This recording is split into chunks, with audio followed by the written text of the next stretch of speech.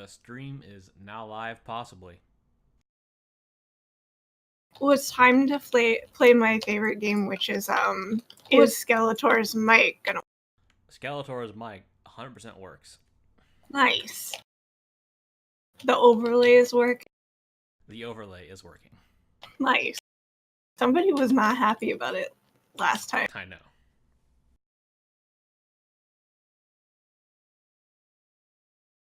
See, even chat knows. I actually checked today though, because for all the people who are tuning in who may recall my graphics card saga, that I finally replaced my graphics card. My replacement is dead, so I'm now back on my old GTX 480 because God hates me. So I had to go and change all my settings in OBS again.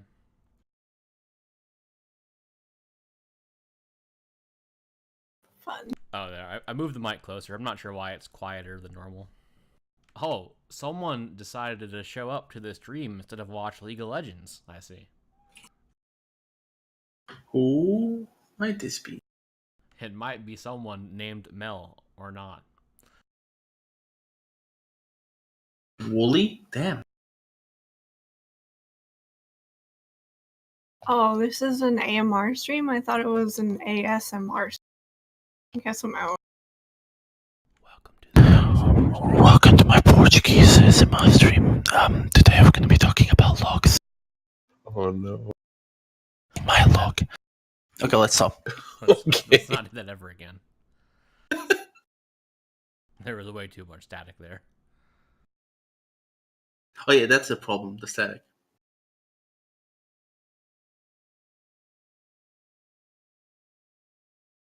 Alright, we'll just give it a couple more minutes here, because we just got the notification that the Paladin Discord is now live, so maybe a few more people here will roll on in. That was quick. Yeah, only 2 minutes this time. I'm sure some people will get emails tomorrow morning. Yeah. When I used to work in my company, we use Microsoft Teams, and you'd get an email 3 days later saying you got a PM on Microsoft Teams. Nice. Oh, we started using Teams, but I don't think anyone actually uses it. We all just keep using Skype or like walking over to other people's desks. You're like human beings. Yeah, I mean, I guess our email because some people live out in the other half of the continent.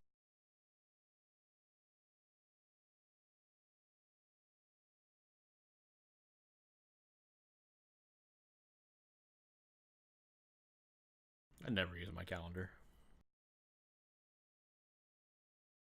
Like, everyone had their Outlook calendars, like, oh, if you want to meet me, just schedule it in here. I'm like, hard pass. How about you just meet me now? Everybody at work uses the calendar. That's how everything... I mean, we also have like the... What's it called?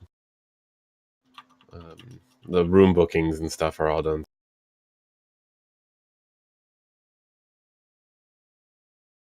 That was the great thing about telecommuting. You don't have to book a room.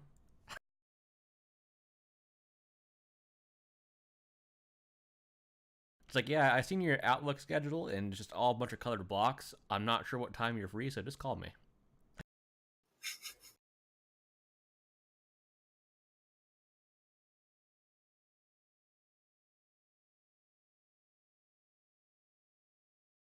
I think the reason that Tom doesn't play Ret because he might not be old enough to play Ret. We don't know.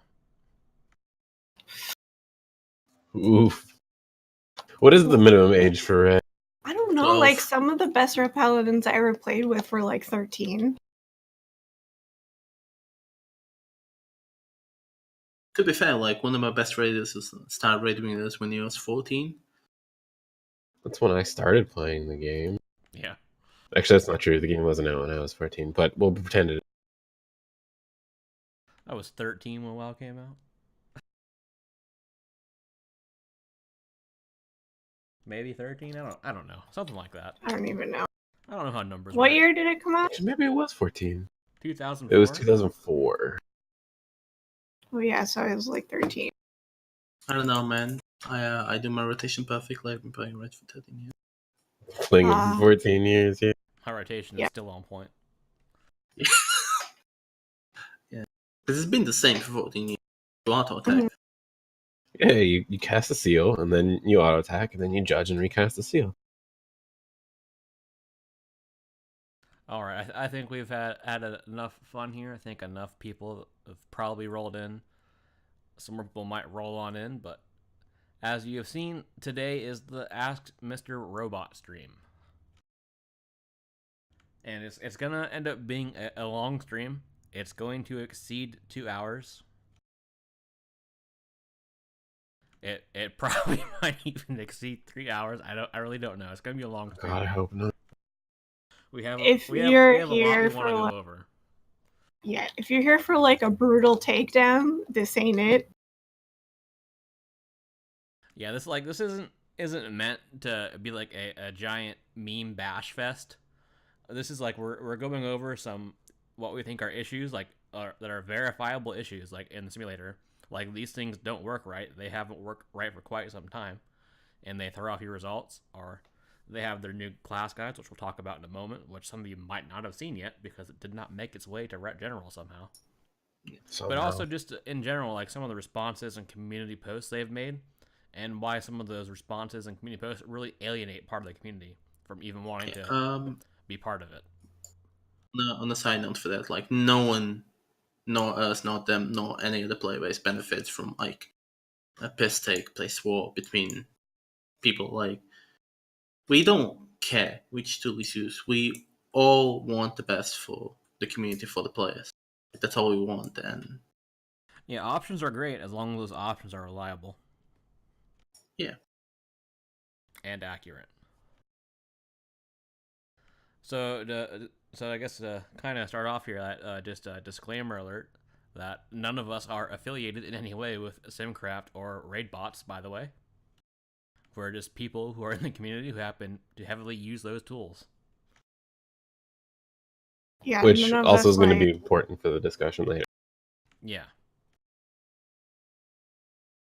none of us like actively work on SimCraft or anything outside of like finding bugs and trying to like solutions for them, stuff like that. I'm sure we've all bugged Malachus from time to time to be Yeah. like, oh yeah, yes, I when Lightforge came out, there was some very annoying 2 weeks from me. I apologize, everyone on SimCraft. All right, so we'll get into it here. Is that like if you did miss it a few days ago or about a little bit over a week ago now, that Mr. Robot did release their own class guides. So for those who have not seen their blog post yet, we're gonna go ahead and start there. We're just gonna go ahead and read through this. So this is from March 29th. It was a new kind of Warcraft class guide. Everything has a cycle, even guides for a video game. Back in the day, guides and opinions weren't everywhere, opinions were everywhere and hard to find. If you didn't know the name of the fan site for your class, you didn't know where to go. After years of this, we all just wanted a way to get everything in one spot regardless of the class, so sites like Noxic and Icy Veins were born. And I just a first kind of aside there is that we couldn't think of a time at any point where people considered Noxic a reliable resource in any fashion, so like I can understand including Noxic just because it exists, but I mean definitely like in the late Burning Crusade and Wrath era, one of the heavier forms of discussion was on elitist jerks. It was very popular and everyone pretty much knew about it. Before Elitist like even became like, well, even then there was a big thing, but like for newer players, because it was fairly complicated for like casual players to go through the forums and trying to figure out stuff. I remember like maxdps.com was very popular in Burning Crusade, even if questionable. Yeah, we're not gonna talk about like max DPS or like our killer guides. If you guys remember killer guides, oh man. or Boscular. Oh my god! I mean, that wasn't a class guide, but I think they had some stuff over there. Like killer guides, it was like a paid for guide system. You had to like pay like X amount of money for these guides for each like spec and whatnot. It was just one of the systems from back in the day. A relic of the past. Alright, so continuing on, with each expansion, guides have gotten even more consolidated, to the point that many of the Icy Veins and Wildhead guides are written by the same person, who also happens to run the class Discord. While this consistency has the advantage of giving you confidence in making a decision, it has downside as well, a lack of diversity for alternative viable ways to play. And this is kind of where we first start to question what's going on here.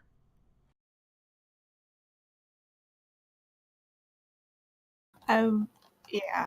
I mean, that's fair, right? Like, anytime you're seeing the same names pop up everywhere, it's just like, okay, is this person actually right, or do they just happen to have a monopoly, right?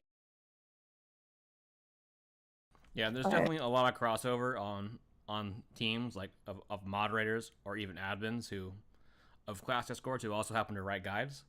But it's not the case for every server. But it's a pretty common theme that you'll see among class Discords. Is that like someone who writes guides probably has a colored name of some sort. I have a colored name in Paladin Discord because I write for Wowhead, not the other way. Like, I was just a plain old white name in that Discord for a long time. You know. But still, like, my name is associated with both. So.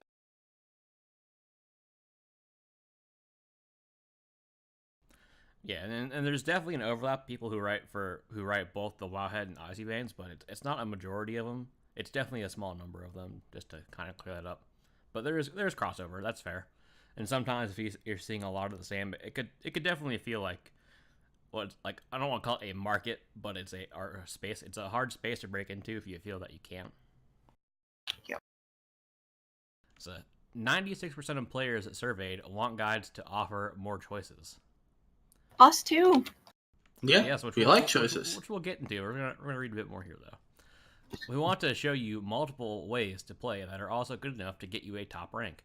We do this by sharing data so that you can make an informed choice. Sharing data also has some side benefits. It improves build customization and helpful interactions between teammates.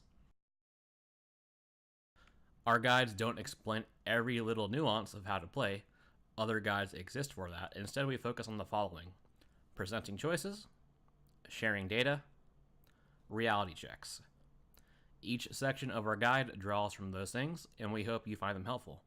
You can check out our new World of Warcraft class guides here, but if you have some time to spare, keep reading this post for more in-depth information, a mini video about the talent build compare tool, and an overview of the rotation flowcharts. So the thing that we get here is that people want guides to give them more ways to play. They feel that the guides that are out there are telling them they can't play something. So the first thing that we did here is we went to each guide, or each written guide that we have in our FAQ. We have 4 guides. 3 of them are written. 1 of them's a video guide. So we're not going to cover the video guide, but the video guide does also give you choices. As a quick side note, just talking about our Discord a little.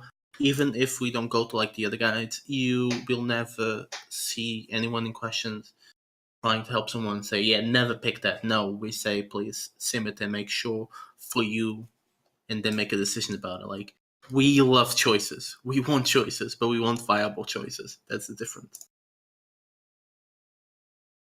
Yeah, I mean, we would be kidding ourselves if we didn't say, like, sometimes people will be like, yeah, no, that's dead. Like, why are you so dumb to think that that's, like, viable? You know, obviously it's a huge Discord. There's gonna be times where people are rude in their answers, but we try to explain at least why something isn't super strong. Yeah. Try to keep those people from having loud voices too. Like, obviously we're not perfect. Yeah, so as an example, like, here's the Wildhead guy, which is from Reb. Like, here, there's a little bit of a sample build there. If you want to look on different there's ones, no like single target, 2 target, solo, beginner build, whatever you want to call them. There's options. They're different. There's no window up on the stream. I see it on my screen. It is on the stream. I see it. It's off all the tabs and stuff at the top. Oh, maybe mine got frozen. And if you scroll Proceed. further down the page, it gives you a bit more information about each talent and a talent summary about why talents might or might not be considered optimal or viable. So there's a lot of information here. And if we do the same thing, we can go to Icy Veins. Here's the Icy Veins guide. Theirs is a little bit more straightforward up front. They used colored icons over the talents. Like, if a talent has a green check mark, that means it's usually viable in some form. And we can Or see, has like a use, right? a specific use.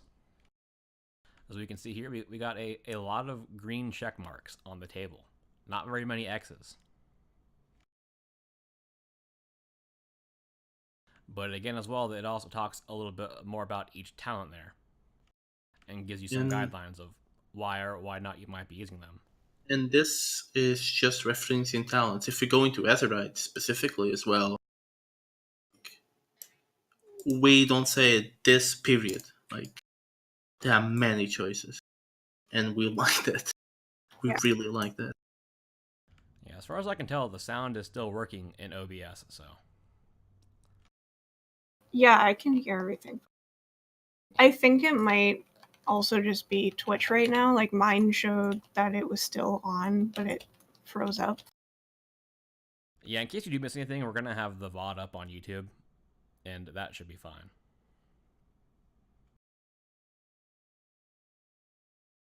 And the last written guide here is my guide, where my approach is I don't really have an overview or any sample builds per se, but I do go over each row. Each row has its own summary up top, like mentioned here, like this row is well balanced overall, and has some usage notes for each talent on why you might use it or why you shouldn't use it in case there's a reason not to use it. Like the two main examples for that really being Divine Judgment and Justicar's Vengeance being the only two talents that will pretty straight tell people that you should ignore them. They don't exist.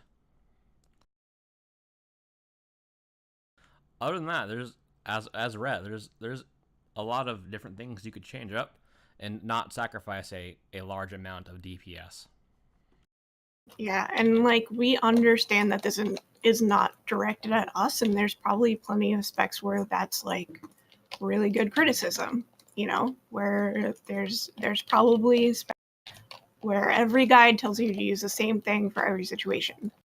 You know, we're just trying to establish common ground as us for Ret Paladin. And to go over, even those classes that go, yeah, use this, never use this.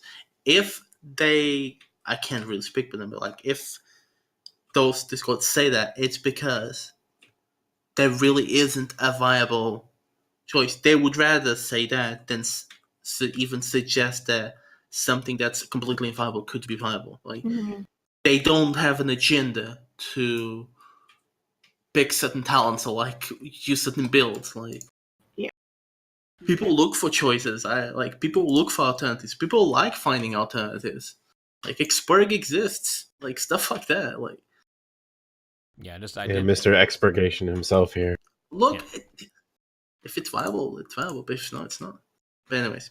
Alright, I did add some gain to my mic in OBS. I don't know if that's better for people who are watching the stream or not, but I can raise it a bit more if needed.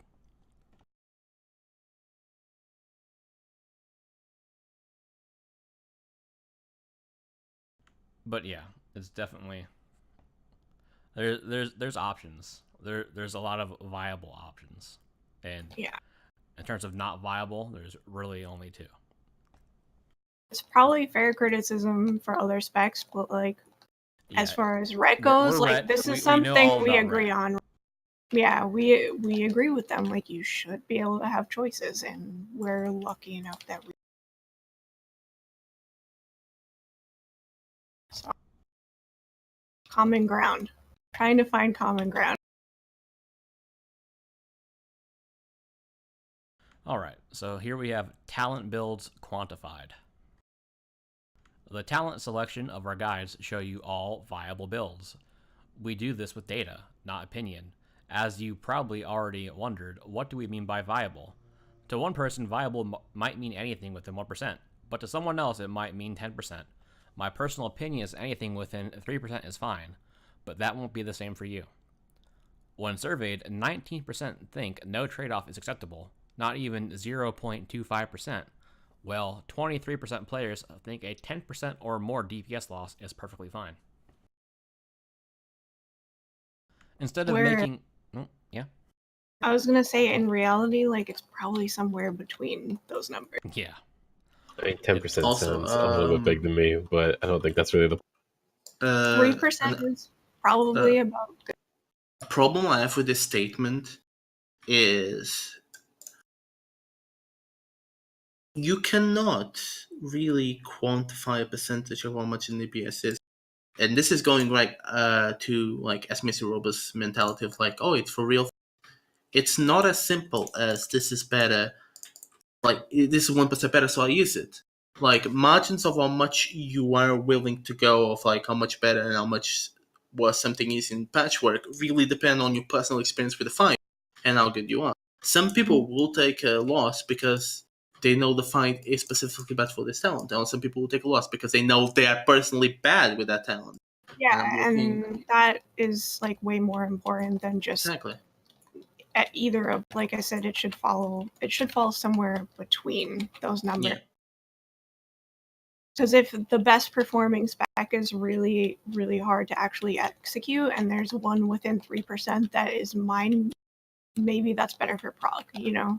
Like, So a really good example of that is looking at Demon Hunters, because for the longest time their was it momentum build Sims is way ahead of other ones, but actually being able to play it effectively in a raid was not easy and probably wasn't really worth, or fight mechanics lined up with not using it or something like that. And so really nobody used it and still doesn't really use it in the vast majority of cases. Yeah, good example there. It says, we're not going to watch the video, but they showed a video of their talent compare tool. But also the guide has been updated since it came out. Before, it was really weird. What the bars showed you before is they showed you, it was a representation of how many times that talent appears in a viable build. So the bars were kind of all over the place, and now the bars on the talent build, which we'll get to in a moment, we'll go to the actual individual guide page. It shows how much DPS that talent does, or that's what the bar represents. yeah, it definitely was a good change, I think. Yeah, it was. Rotations. Rotations can be hard to learn and even harder to master. 1 in 3 players report their rotation as the biggest thing holding back their performance. Rotations aren't really a sequence that you repeat, they are more of a priority list with decision points. You know what helps visualize something like that? Flowcharts. We hope our unique layout can make mastering your rotation easier. Here, an example flowchart excerpt from the Feral Druid Guide. So, I guess the 1 in 3 players reporting, I guess that's from their surveys that they do on AMR. But I know, speaking from personal experience as someone who needs to spend less time in Ret questions, and probably everyone else here too, when someone reports that their performance isn't as good as they want it to be, they're usually trying to say it's either my stats, my gear, my Azurite. Their initial thought is not their rotation. Yeah.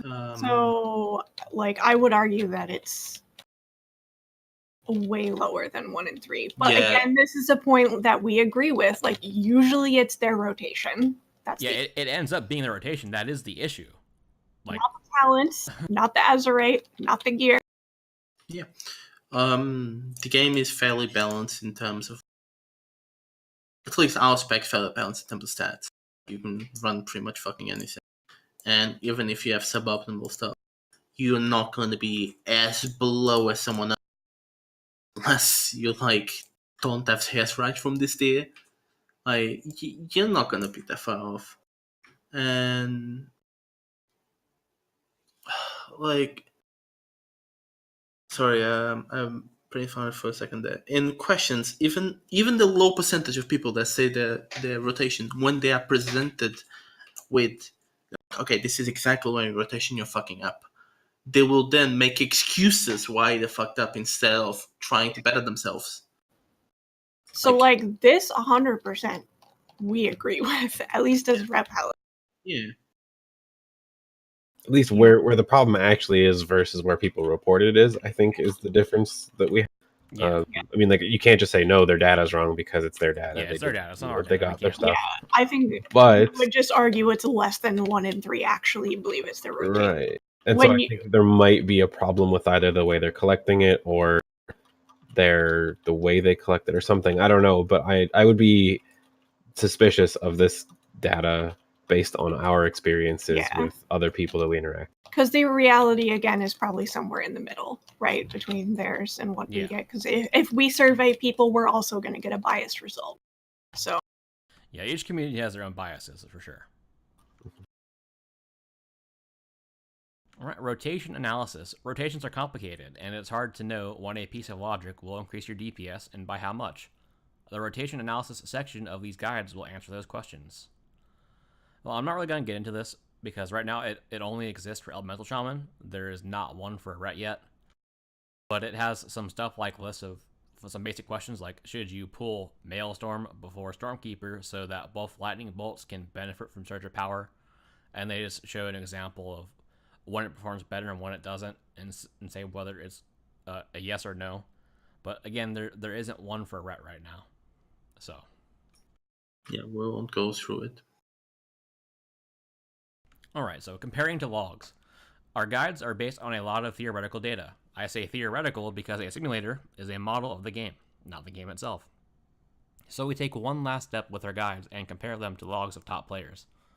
When the two sources match, we know our advice is realistic.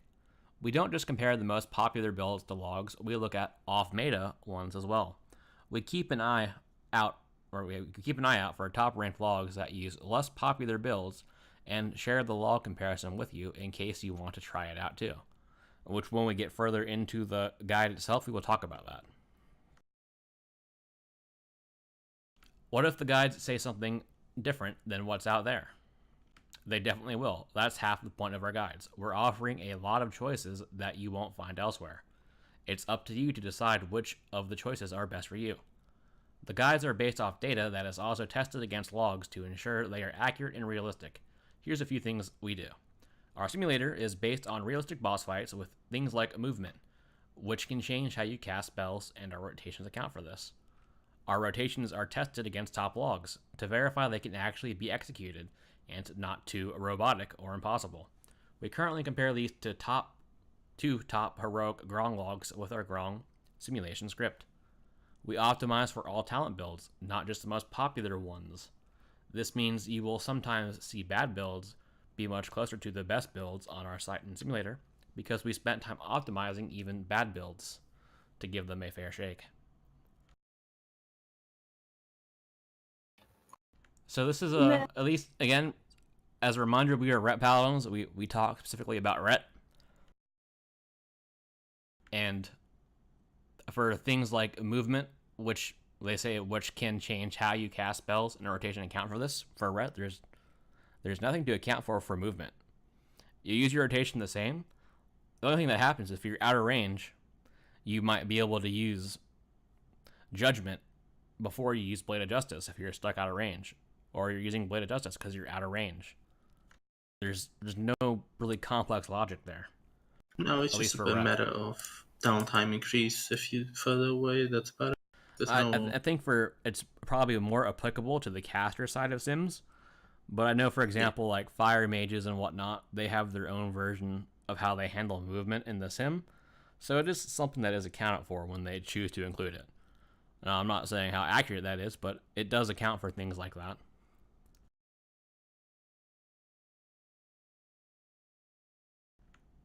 And one thing that we're going to talk about is that they compare these to heroic Grong, is their point of reference for top logs. And I think you've probably heard me, or us in general, rant a lot about logs in general and where they're coming from.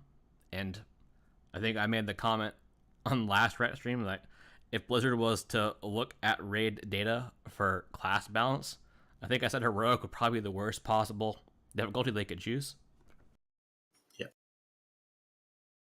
Especially like in heroic, your performance is going to depend on like how good or bad your raid is. Like a top 100 guild that's clearing heroic, for whatever reason, they're going to output way better parses than a guild that barely gets ahead of the curve, right? Kill times also again. That's what I'm saying. Yeah. Kill times are a huge factor, and better guilds give you better passes. That's just how it is. Yeah. Just the variance is huge. Like if you're in a guild that's just messing around in heroic and clears it in 2 hours every week, you're less likely to have to deal with responsibility and all of that. And just as like a general idea too, if you're looking to optimize your character for high end, but the tool you're using is validated against easy content, then there Against might be the second a or disconnect. third boss of the raid. Yeah, like there's just a huge disconnect between where you're optimizing things and like what reality is, or just different considerations. Like, do you need to worry about a 30-second fight or a 3-minute fight when you're up against something that's like an 8 or 9? Like, sure, you can have the simulator change those things, but that's not data. Like, if they're not validating against those longer polls, that might not be accurate. Yeah, so as far as the chat, there's a Lol is asking, so why is heroic specifically the worst? Which eventually some of this rolls over into mythic as well, but heroic, and normal as well. I mean, heroic and normal, they may as well be the same. But it's those cheesy strategies that really come into play that really happen in normal. Like even like just like normal and heroic. Even like the first couple of weeks of just normal and heroic, there was guilds already pulling champions with the ads and killing the boss in 50 seconds flat. And mythic guilds usually don't go down to normal for that stuff. They just do heroic and. Which, it's going to happen at every level, which is why, I guess, before I forget, it's important to. We don't think that you should be looking at parses as a model of what you're. At least I don't. If you're going to be looking at what other people do, I would recommend going and looking at a progression kill and seeing what people are doing on that. How can I, as a rep paladin, help on progression? Yeah. Again, PSA for like Warcraft logs here. They actually have a way for you to search logs by which classes are in, whether it's kills or wipes, how recently it happened. There's a couple other features. You can go to progression and then open their filter, and you can say we're for healing this, and there's a rep paladin, me being the rep paladin. And I only want kills within the last 2 weeks because those kills are going to be close to what skill level my guild is playing at, right? That's how I look at stuff like as a raid leader. To add what Rob's saying, we on Red Questions do not advocate on what spec is going to get you the best pass. We advocate what spec you should be using to kill the boss. There is a big disconnect in that. Yeah, sure. I mean, you can go to Ret General and talk about that. That's fine, but you're never going to get a here's how you parse answer in general. Yeah, no, like, it is not the point. Like, killing bosses is the point.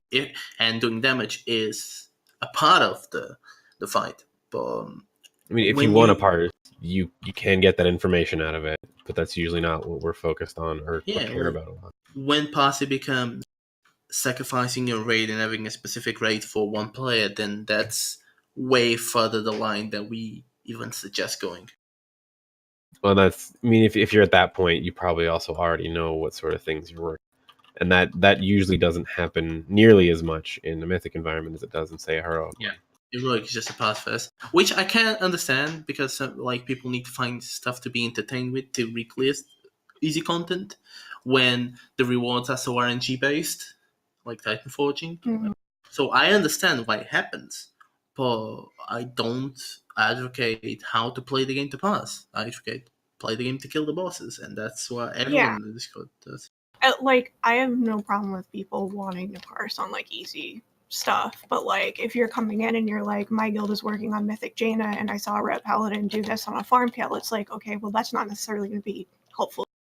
Yeah, and one of the examples that happened last year was Zeal Paladins. Mm-hmm. I saw this one guy cleaving the ads really hard just to look at all the damage he's doing, and then you check the Zeal damage, and it's fucking nothing.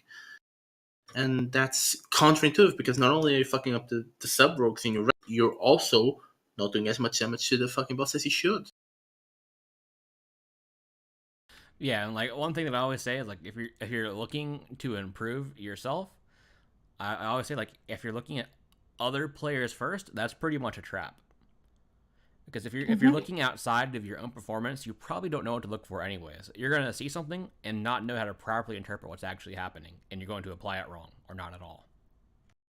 The best thing that you can do to improve your performance is to learn how to go over your own performance. But as an example here, like I brought up Stormwall Blockade, guilds that only used 4 melee and had 1 rep paladin, and it shows you the progress kills of the guilds that did this with this comp, and you can sort it however you want, and you can find information like this if you were to look for it, just to show how that works. I would recommend looking at like not. I would recommend looking at like recent kills, right? Because you don't know how much the fight changed.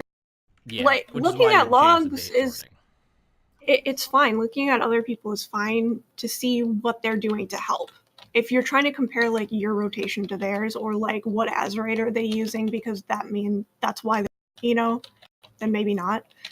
But like if you're trying to see like how much damage are they doing at a priority target and is it helping them, or like where are they using their kit to help their raid, like there's reason to look at logs, right? But using it as a mirror for your own performance is not what they're there for.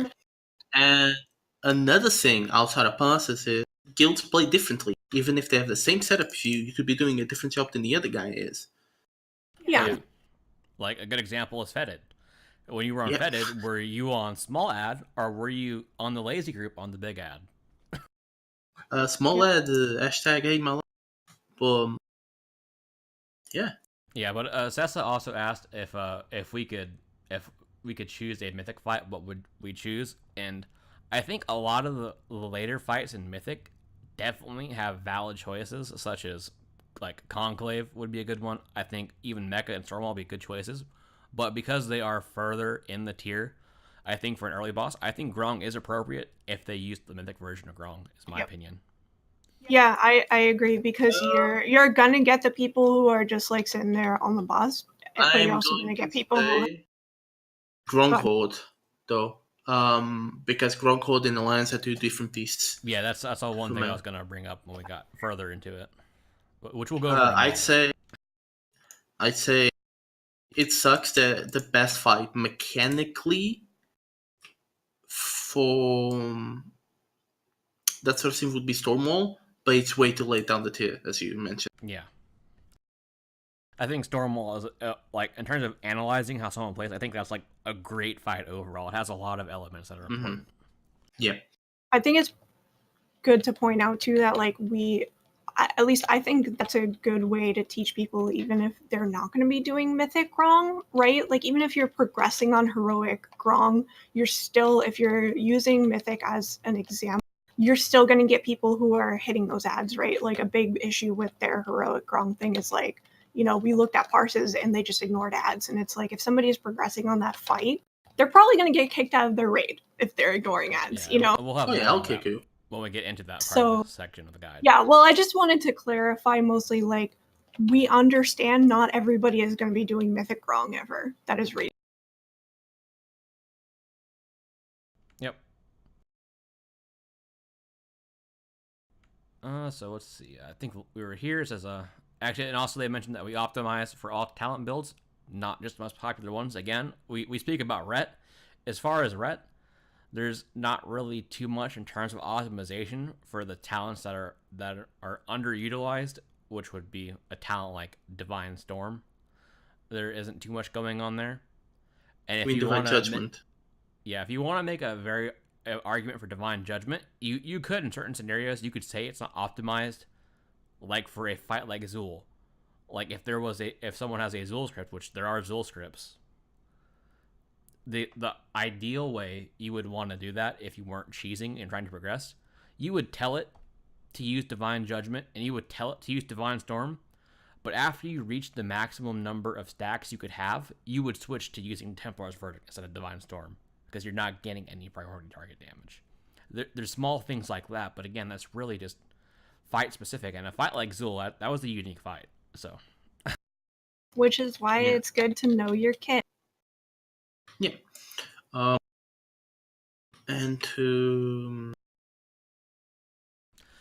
convey to that, like outside of that scenario, I don't think there's a lot of optimization as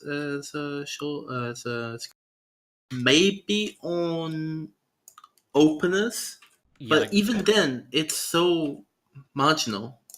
yeah, it is really marginal. When you get to it is actually kind of eye opener. Like I think everyone that plays Ret and gets into simulation crafting, like action priority lists, and like starts, oh, I wonder how I should open with this with Talcom. Then you realize, oh, nothing fucking matters. Is an eye opener moment. You go, Yeah. oh, okay. Yeah, so we'll continue on here. It's okay if we say something is different. It's healthy. It's good for the community. It challenges the status quo and makes adopting new things possible. Forcing one right way to play on people makes it hard for each person to figure out what works best for themselves. It also leaches fun out of the game. I can confidently tell you this. If you make choices based on the data in our guides, you perform well. If you follow advice from other guides, you'll also perform well. You don't have to pledge loyalty to one source. Read them all and pick what works best for you.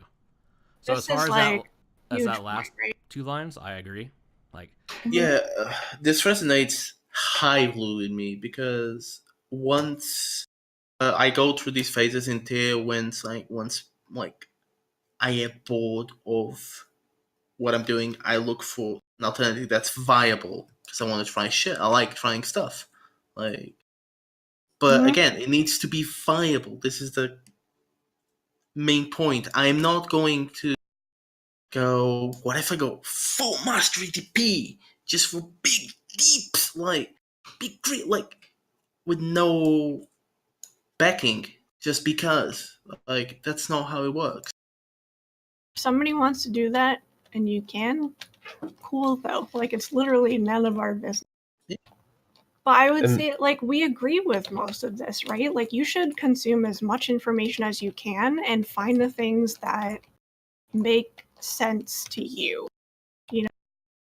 And on top of that, it's like, again, it's just a tool, right? The SimC is a tool, and then you use it and you get some information, and you use that information to inform your decisions.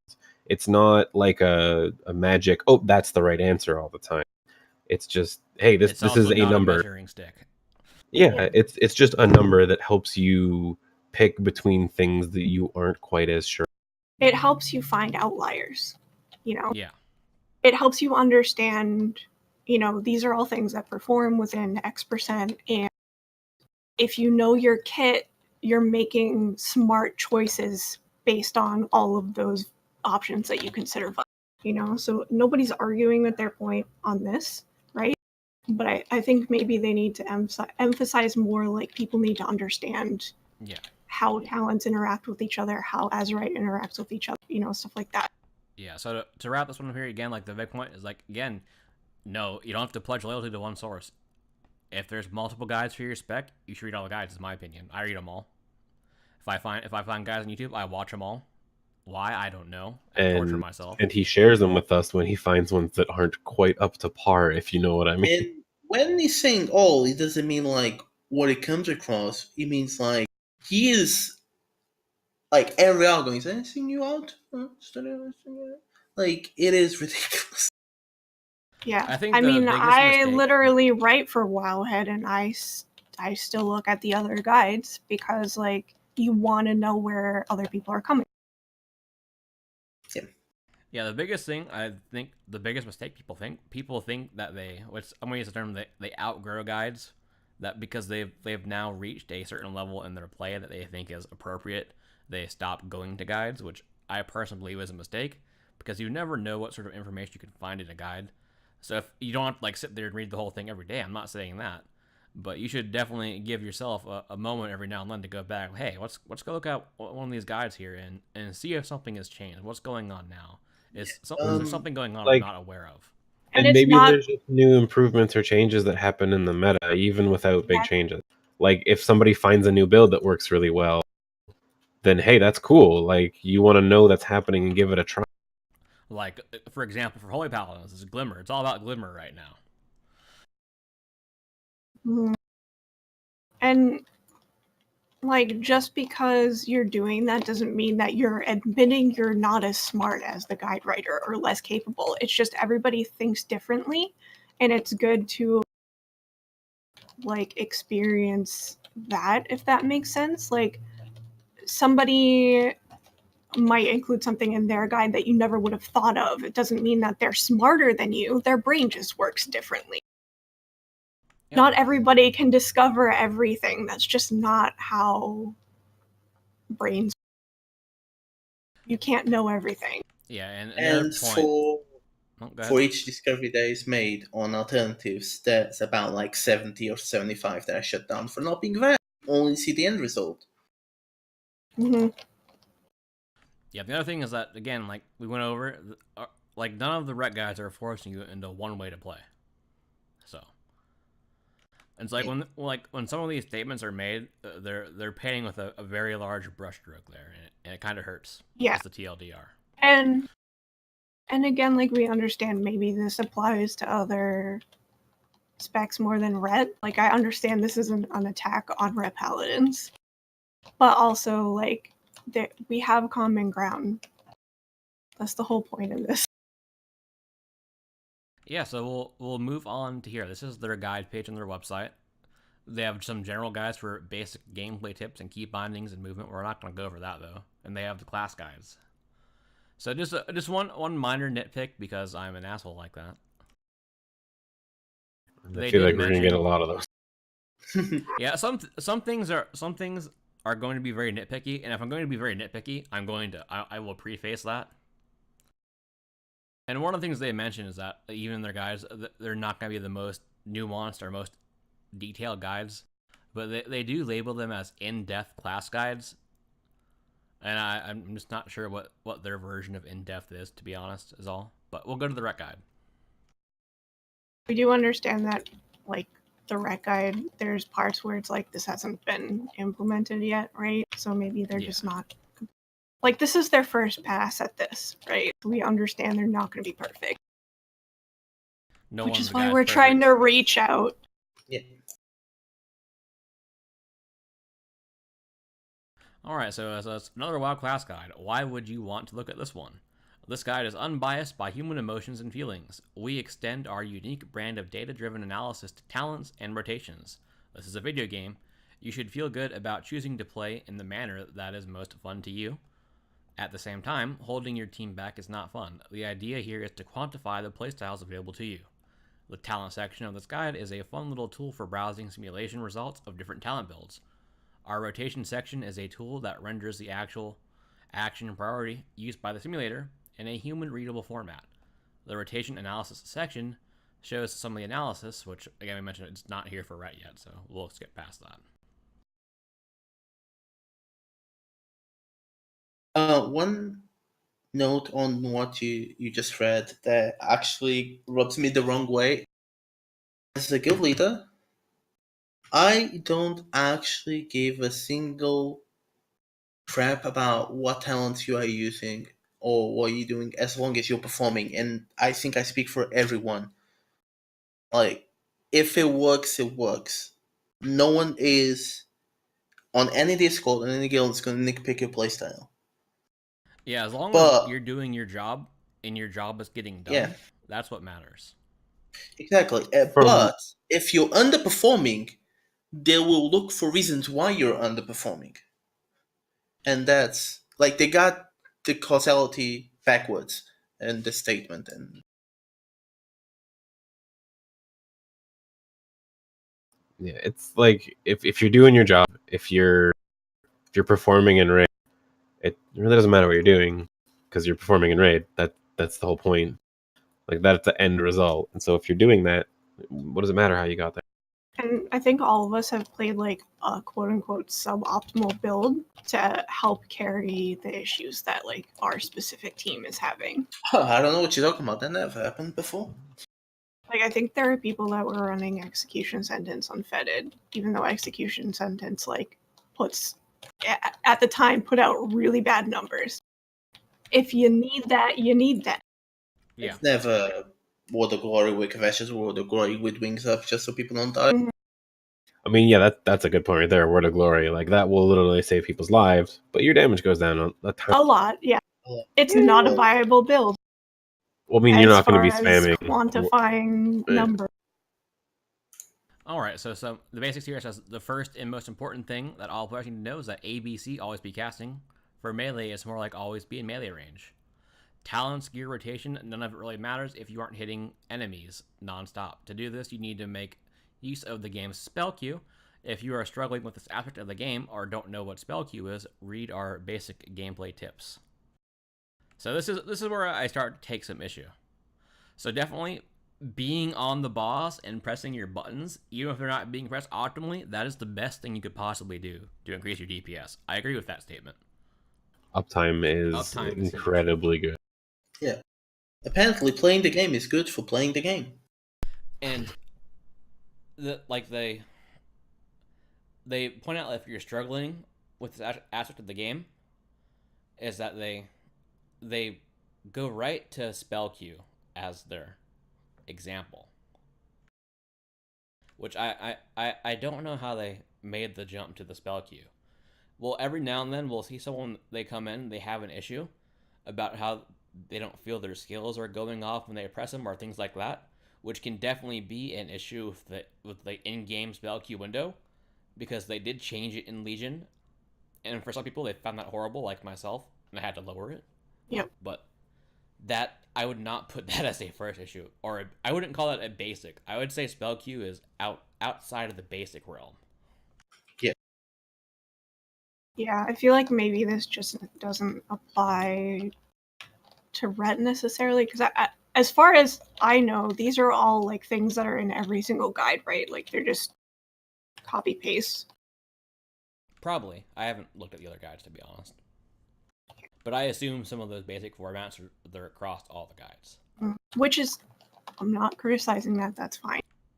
Yeah, so for the basics, what I would say, like, the most important thing, if you find yourself having issues, and if it's not because of your key bindings, and it's not because of spell queue, it's just your understanding of game knowledge, which includes things such as knowing the encounter that you're going into, or if it's a dungeon, knowing the dungeon mechanics.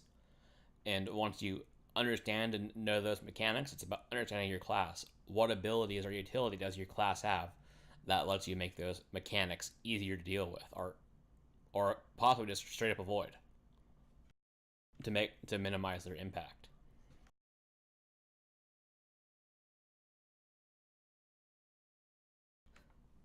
I'm not sure what your guys' take on that is, if you have anything else. But I mean, it's pretty basic advice, like always be hitting a button. Hitting the wrong button is better than hitting no button.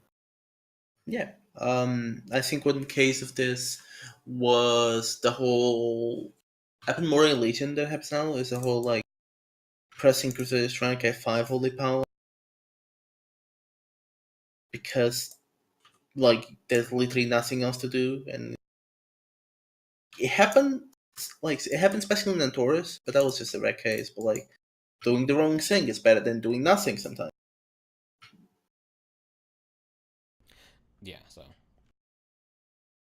again, like one thing that other guides have, or that all of our guides have that are written, is they have sections on that about how our utility works, how we can use utility, and even include specific examples. Like if we go to all the guides here we go. Battle for Desire Lore Guide and Tips. We go to Icy Veins. Battle of Desire Lore. If you go to my guide, there's this little mythic rating up top. Battle of Desire Lore.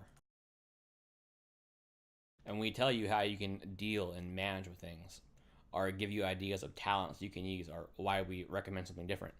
As you can see, it's not always the same. Like here, we say Righteous Verdict. Later on, Righteous Verdict or Zeal. And it can change up. And like, we're not trying to say every guide needs to follow like this format, but if you're gonna just have a guide like this, then it's important, I think, to supplement with more information, basically.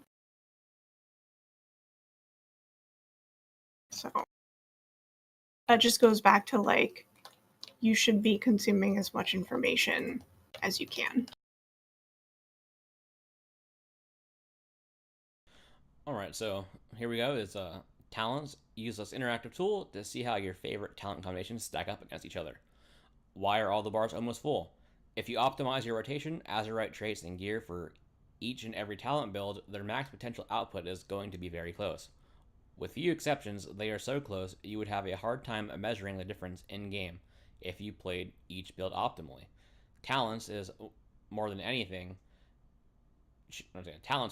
change how the game feels when you play it. We do not observe much build diversity in WoW. This tool is giving you the real data behind the potential of each talent, and the data shows us that there is no objective reason for a lack of build diversity. Our goal is to encourage players to try more builds by giving you real numbers behind the trade-off between different talents. Click on any talent to lock that talent in. The remaining data will be filtered to only combinations using the talents you have selected. Use the pickers in the legend to modify the cutoffs between green, yellow, and orange tiers as you see fit. The color coding is there to help you visualize which talent builds you consider. Disclaimer: certain talents can have situational use that makes them better or worse than this average data. This data assumes you can play every build equally well and have access to optimal gear. So this is part of my first issue with this. They say that if you for each build, if you're doing your rotation and you have optimal Azurite traits and gear, it's viable. But they don't show those builds, the gear, the Azurite, the trinkets, whatever they're using. What, like, if I choose Blade of Wrath, what are they using to make Blade of Wrath a top DPS pick? Now, being Rets, we know the answer could definitely be Expurgation. They're using Expurgation traits, but there's no indication of how they're interacting. And even then, for my case, as someone who's been trying to make Xbox viable since 2012, pieces that are good with Xbox are near impossible to get. And this will cause that even with triple Xbox trait selected, you might see better even with AMR Ret over Blade of Wrath. Like, it's not that simple, not realistic as well. Yeah, so Wooly asked in chat, why do you recommend Zeal for Grong? Because at least early on, when we were dealing with the multiple sets of ads, there was enough running between the boss and the ads surviving long enough, and the potential of the ads spawning on top of each other to cleave them down, that the difference between Zeal and RV, which is already small, was even smaller, if not non-existent.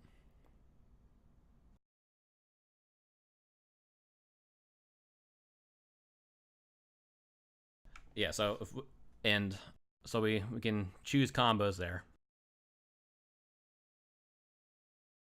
and you can see it updates.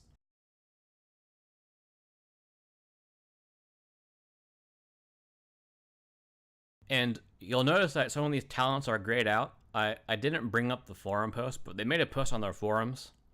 And actually, I'm going to find it. One moment, please.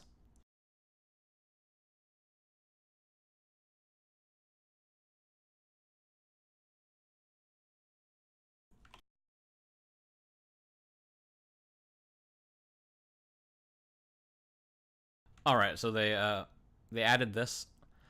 They mentioned it for tanks only. They said for tanks, we have grayed out several talents when you switch to DPS rankings. Talents that have no or almost no impact on your damage output.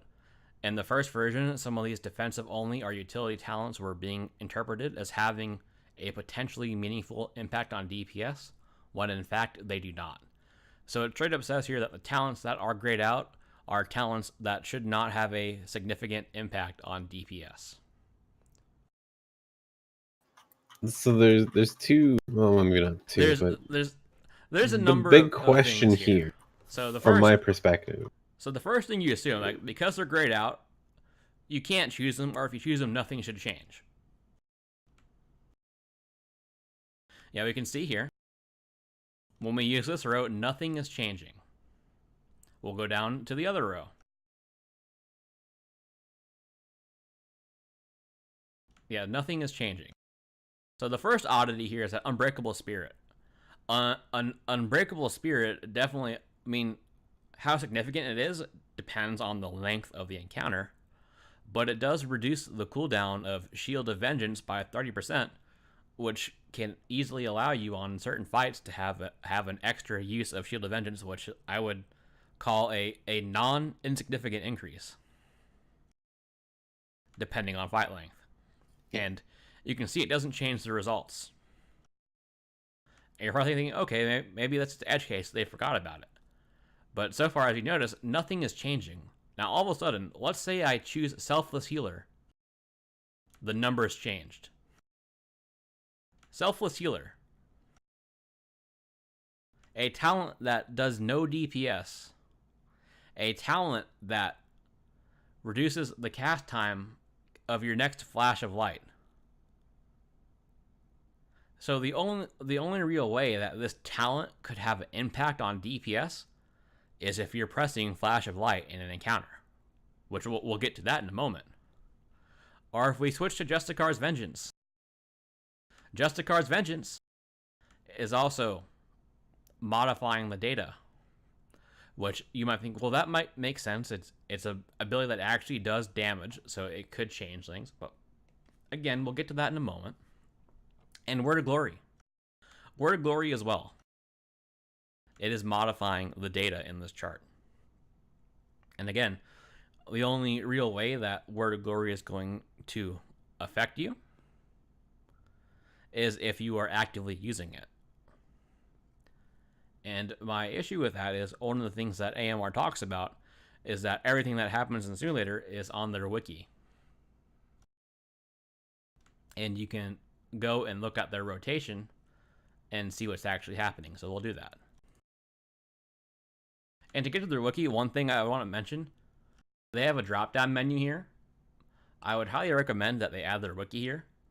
It's not there. To get there, you actually have to go to Simulator first on the main page, and then use this menu to get to their Theorycraft wiki, which would just be a lot easier if it was in the menu in the top right. So we'll choose Ret. We'll choose Live. And we will go to the rotation. So here's the rotation. There's only one rotation for Ret.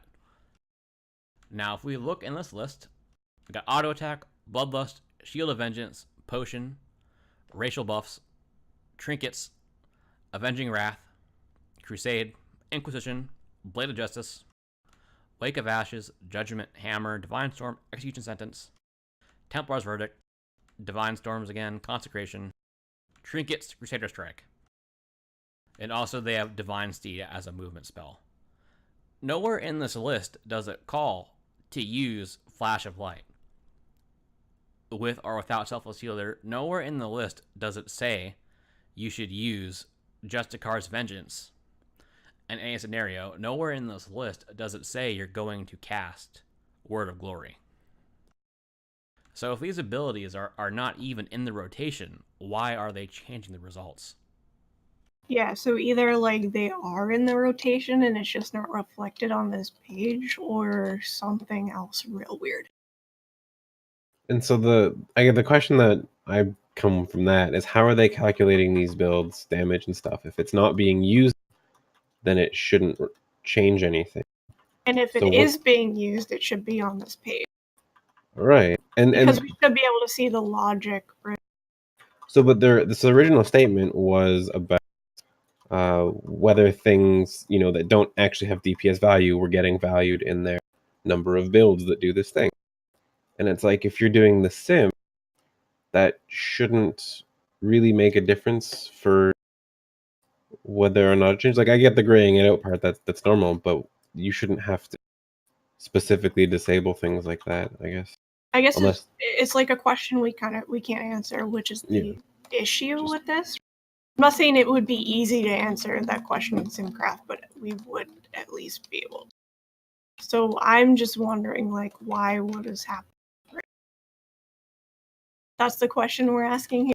Yeah, if it happened in SimCraft, we'd be like, hey, can you show us your profile link so we can look at the profile and see what was being used? Like, oh, hey, this person added flash of light when they reach forced access selfless healer and it's using a GCD. That's why it's changing the numbers. We could verify that. Here we don't know what's happening. We're It's just not there. really sure why that result is coming up. Okay, and Samuelson is saying in the chat, it's closed. And if you can only go by the wiki and it's not like lining up with the tool, something's wrong. Period. Is it the tool? Is it the wiki that's outdated? And if it's outdated, why is World of God flashing lighting just because on the rotation then? And this could just be like maybe we're looking in the wrong place. But it is what it is.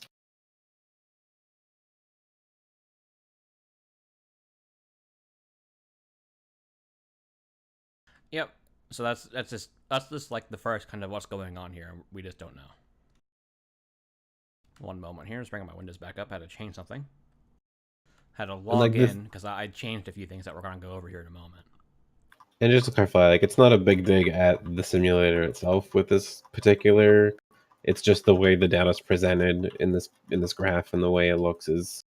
We found it very hard to understand what was going on, and we kind of deal with guides and stuff a lot, and so we imagine that people who are just looking for this sort of information might also have a hard time, getting that same information. And they did update it. It was a lot harder to understand at first. This is an improvement over the first version.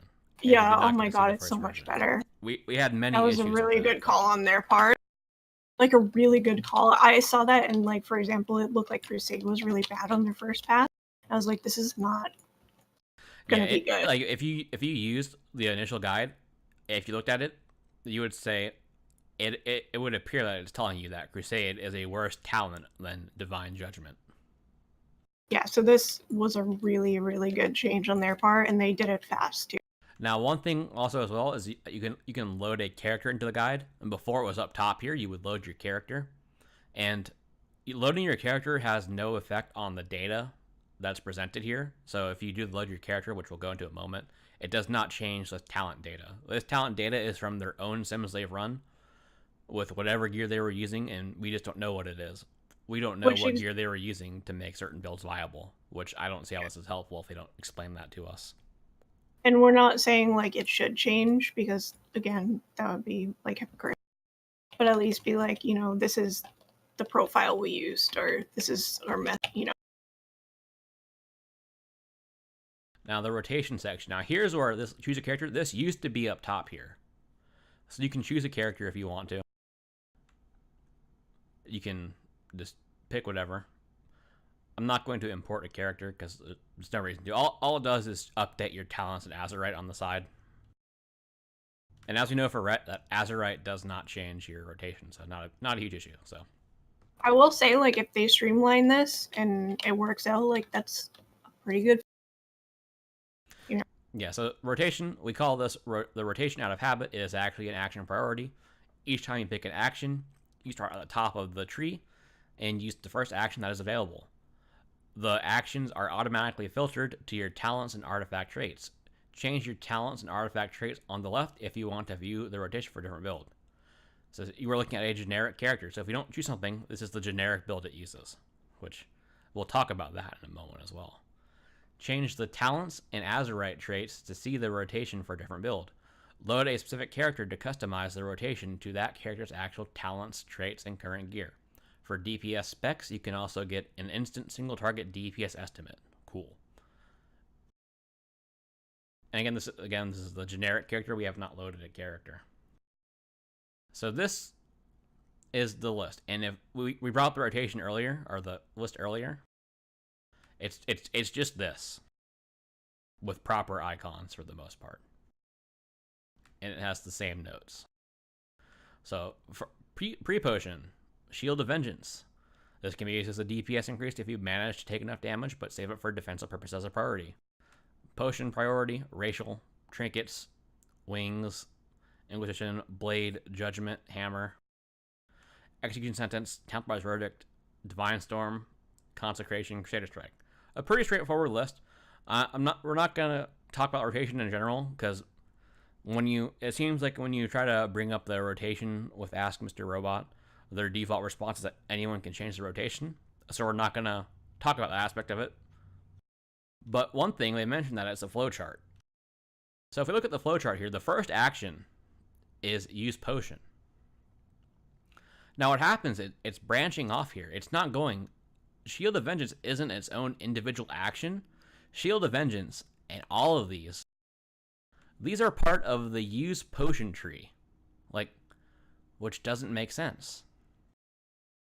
And after that tree ends, the next subject is Execution Sentence. There's no subdivision there. It goes straight to Templar's Verdict. And then you see under Templar's Verdict, again, it branches off. Like under Templar's Verdict, there's a branch for Divine Storm, a branch for Consecration, a branch for Crusader Strike, which doesn't make sense. But if you change the talents around, you'll see it'll update. Yeah, they definitely could. Like here, if we change to Crusade, now it's just one list, but the first action is use potion, but every action after that is a sub-action of use potion. And it's very odd. It's confusing. We're not even going on the fact that they are crusading and then build, run away. Well, it does say Crusade at 4 holy power. Yes, it's 4+. Like, and again, the rotation, it's not an argument worth having. Yeah, I'm just... Yeah, it's just the information could be given a little bit clearer. And, how they do that is up to them.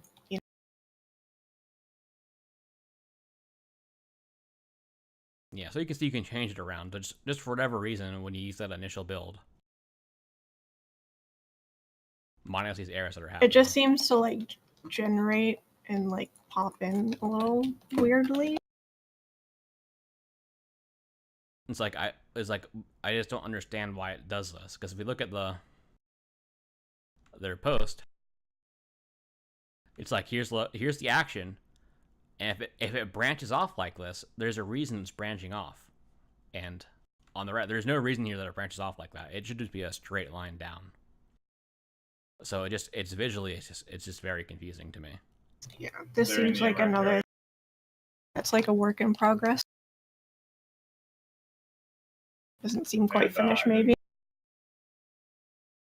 Yeah, so here's the gear section. There is a really great website for picking gear. You might have heard of it, AskMrRobot.com.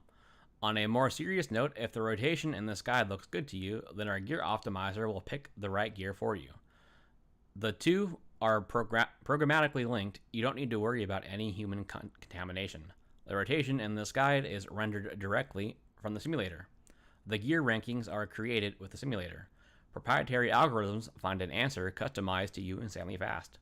That whole gear problem solved.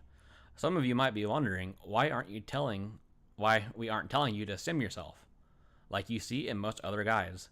Wouldn't that be even better? We don't think so. Simulators are a model of humans playing WoW. This model is not perfect and it is inherently noisy.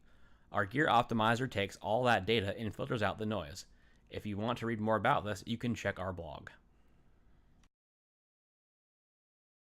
So my response to that is, if I go to the Ask Mr. Robot page, Mr. Robot will optimize your gear, blah, blah, blah. Why? He knows this because he is right, because he built a simulator. I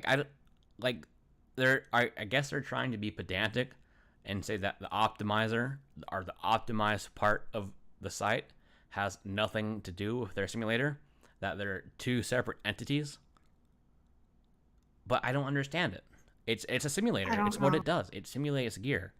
Now, some of their tools, when you use best in slot, it's things that they've already run beforehand, and they show you that data. But how do they get that data? Gear was simmed to get that data. It's hard to not feel like that's just a jab. That's just there. you know? Yeah. Because, they talk about noise, but I feel like if you sim out gear and you get a bunch of results and you know your kit and you know what you need, you know what choices you should be making, if you know all these things, and it becomes less noise and it becomes choices, It's not even like the feeling like a chatbot that confuses me. It's just that statement makes no sense to me. Like, Yeah, I mean, like it's hard to already, feel like it's yeah, not just a jab. yeah, I don't yeah. really know what they're trying to say. Maybe it's not. It's just I can't even quantify the statement. Like I'm Yeah, trying to wrap it on my mind. Like that doesn't. and this again is coming from Ret Paladins. I'm sure that there are plenty of examples where you can find like communities that push sim it and just pick whatever the sim says no matter what. So like from our perspective, we don't do that, so it's just a bit confusing, I guess. Like we're just trying to figure out where this is coming from. Like, what do they mean? Yeah, and again, it's like it just seems like it's a jab for whatever reason, and I just don't understand it. Yeah, which is like again why we're reaching out, because we don't want it to be this way. I don't want my reaction to be like, oh, are they poking fun at us right now? Like I don't want that to be my reaction. Yeah, so as we mentioned, here's the rotation analysis section, which again it's not available for Ret. Once it is, we'll definitely talk about it, and we'll see if the points they have there are valid or not. Oh, I was gonna say when we brought this up earlier, like, it's not in yet, and this is us reaching out and being like, maybe we could help you with stuff like this. Maybe we could be an ally. All right, and here's the log comparisons. When our simulations matched logs of top-ranked players, we know that our model of the game was working well. It demonstrates that the DPS estimate given in this guide is a realistic goal and that our rotation can get you a top rank. It also acts as one last sanity check to make sure our spells and items are implemented correctly in the simulator, and that our rotations can be done by a real player in a real situation. We share log comparisons of the most popular builds, but we also look for top-ranked logs with alternate builds. Our talent data shows many more viable builds than are represented in the majority of logs. When we find people using those builds, we like to highlight it so you can feel more comfortable choosing something viewed as off-meta. The heroic version of the Grong fight is our current boss comparison model for Battle of Dazara lore. We script actual timing and movement requirements for the fight to make it as realistic as possible. During movement, the rotation has you use movement-friendly spells and gap closers when available. We then compare the heroic Grong simulation to top players with appropriate gear for the fight by importing their exact setup directly from the log. Also note, when looking at a single combat log, things will always be different than the averages shown in a simulator. A simulator executes the fight thousands of times and gets an average. You will raid far less than that, and one single attempt might be really low or really high. We have tried to find representative logs that don't have anything too extreme. See, okay, that's another concern I have. That we try to find representative logs. Is this being found like dynamically, or are they being handpicked? Because both are. I don't think any of those two cases are good for me. Yeah, because Uh, like what it should be is like they say they pick a log, so they're picking a log. They're looking at it, and if that log for whatever reason doesn't match enough, it sounds like they're trying to find a log that will match their data. yeah, this is a whole case of like to. I don't know what's the English term for it. In Portuguese, it's like you're trying to fit your result. You're trying to fit your research. That makes. I don't know the English Yeah, expression. I know what you're talking about. We have one too. I don't know what exactly what it is off the top of my head. but it's not the right way to go about things. But anyways, we'll jump into it. So first one is popular talent build. These are all from 8.1.5. They give a link to the AMR sim, as well as a link to the Warcraft logs page. So this one is player ranked 98% for eye level and was within 0.6% of the simulated average. Nearly all of the top ranked Retribution Paladins focus entirely on the boss and don't switch to ads.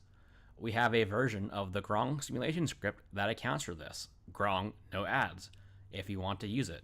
Click that link and choose Add to My List at the top of the page. Spell damage, or spell usage and damage numbers match between the log and simulation. This player has a 3-stack of the Life Decree Azerite trait, so we looked at that usage and damage in the log, and it matches the simulation as well.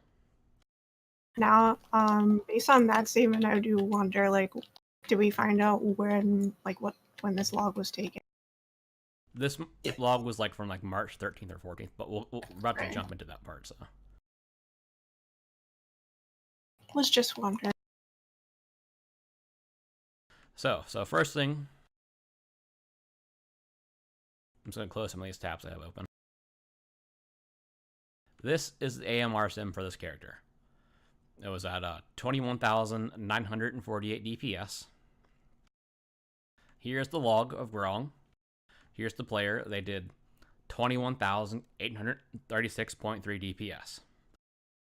So right away you see, yeah, that the amount of damage that this player did is indeed very close to the amount of damage that was done by the AMR sim. Now, one of the things you can quickly look over is you can look at the damage breakdowns, like what percentage of their damage was from what, or how often they crit, because again, this data here in this table, this is the average across thousands of simulations, and this is a single fight. So one thing we notice here is that on the sim is that the crit percentage is pretty well-rounded throughout, but the log is a good example of crit doesn't always work like that because RNG. We can see this is a case where a player had some extreme examples of high crits, like Divine Storm being high, but other abilities such as Judgment and Blade of Justice being extremely low, which is just something that can happen. They mentioned earlier that there's high and there's low points, and this log has a kind of a mixture of both within in just this section here. Which leads me to talk about what I just said, like finding a log to match your result. And I do question if this player was playing like the simulator was or not.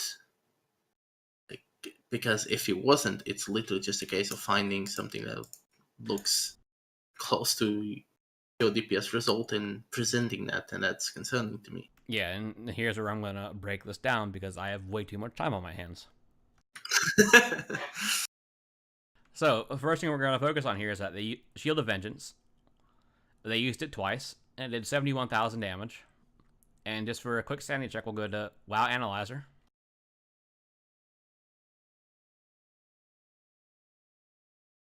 So we can see that Shield of Vengeance, on average, from the 2 times they used it, they only used just under half of the absorb. So realistically, they did not even get a single full absorb out of the Shield of Vengeance, which is why it only accounted for 1.7% of their damage. Now we look at the AMR sim, and we see that Shield of Vengeance is actually a bit further up the totem pole. Shield of Vengeance and their sim did 4.7% of their total damage, so a much larger number. Which, if we do the total number, it was... Why did it not show it there again? Oh yeah, did 198,000 total damage. And versus this player did 70,000 damage. So 120,000 extra damage in the sim alone from Shield of Vengeance. So that's going to be because they used their their equivalent of an action priority to run this sim. Yeah, as remember, after the pre-pot, the first action in the list is Shield of Vengeance. It uses it on cooldown. So this and the sim it got used on cooldown. So their result is playing perfectly according to them, and the log, obviously they didn't play perfectly because they're. Now, if we expand the buffs here,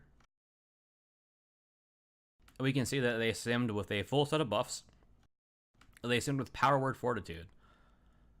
So one thing I like to check, I go to the buffs page,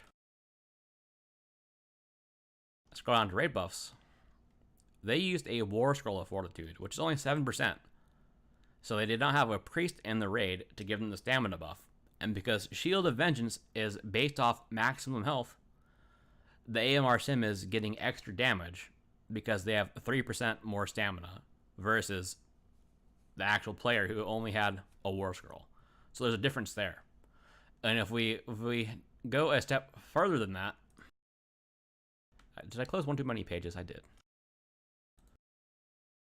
We're going to go back into the wiki. We will take a look at how Shield of Vengeance works.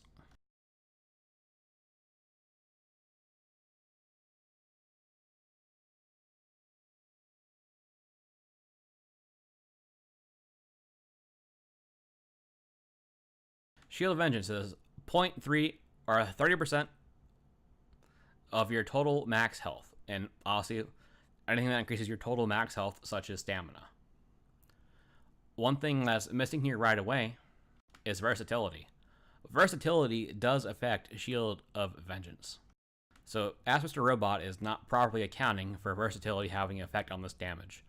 So, it's actually doing less damage than it actually should be doing on any sim. So that's the first issue, and that's just Shield of Vengeance.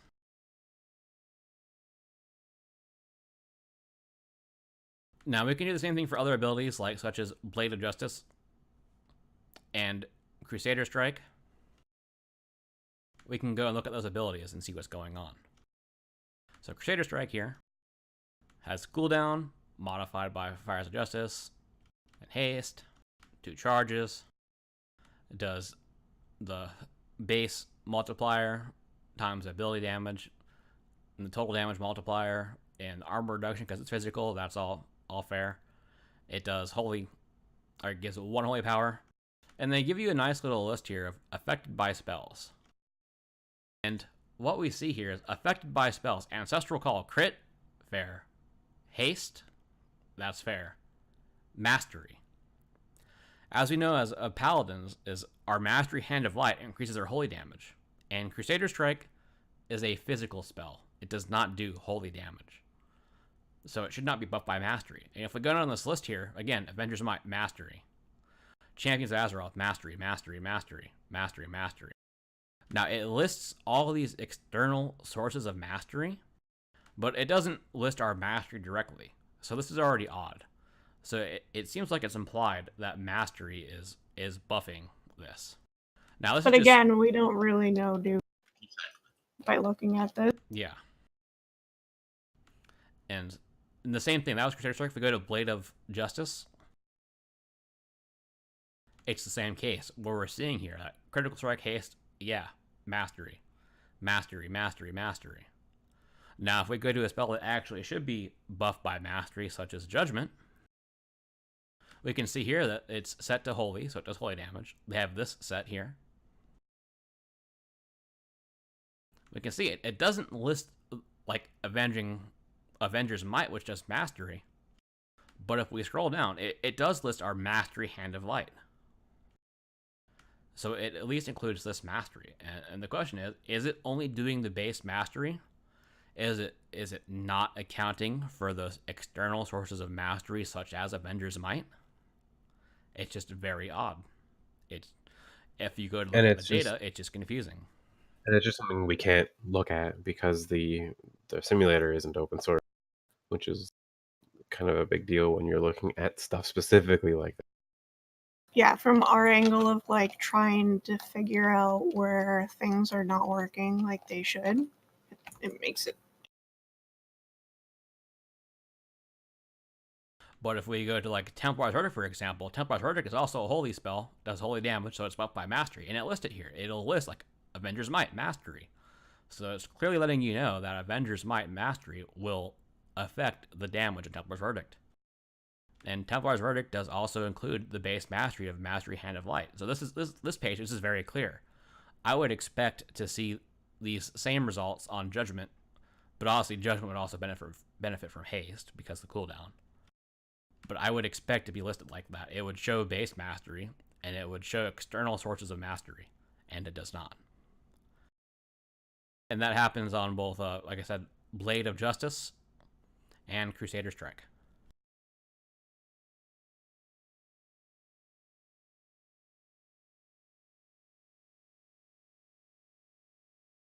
All right, so if we look at the player's gear here, we can see he's using the Rage Trinket. He's using a disc.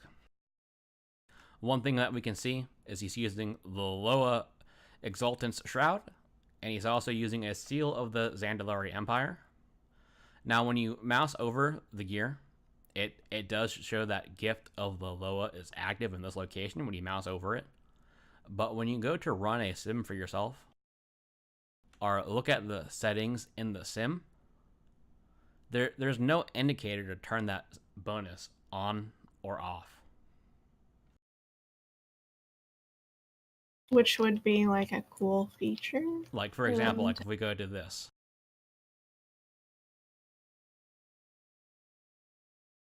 So when you bring up a character, he's like, create a setup, you got your player, you got your talents, you got your gear. You go to next, and you got all your settings here. There's no settings here for that set bonus.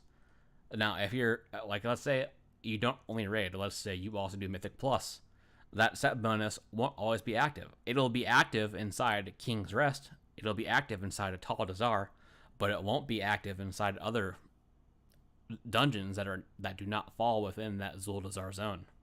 So it won't be active in Siege of Borealis. It won't be active in Temple of Borealis and other dungeons like that. So there's no option to control that.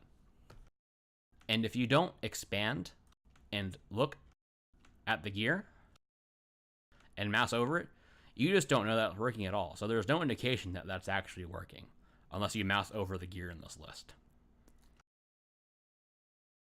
Which, so like, that's kind of like falls into somewhat of a nitpick category. Yeah, I was gonna say, like, it just would be a nice option to have a bunch of checkboxes, right? So somebody who knows, like you said, that they're not gonna have a priest in their raid, they can turn that buff off. Yeah, like if we go back here, you can choose 10% stamina or 7% or none. You can choose these, like you should be able to. Yeah. Which we'll go back to the buffs. We see that in AMR, in the sim, they used 2 battle potions of strength. So they used a pre-pot and a second pot. Let's go to our buffs here. When a pot is used, it pops up in the damage buffs. And we can see that this player did not use a single potion. Not a pre-pot, not an in-combat pot. So there's yet another source of damage that's in the sim that is not present in this log. And again, on WoW Analyzer, it'll even tell you. Used a pre-potion? No.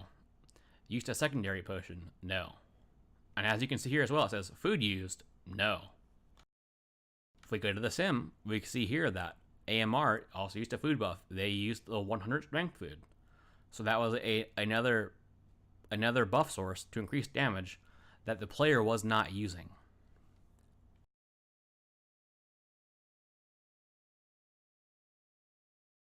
Yeah, this just honestly raises more questions on my end on why are the numbers so close if the difference on what's actually happening is bigger and bigger the more we look.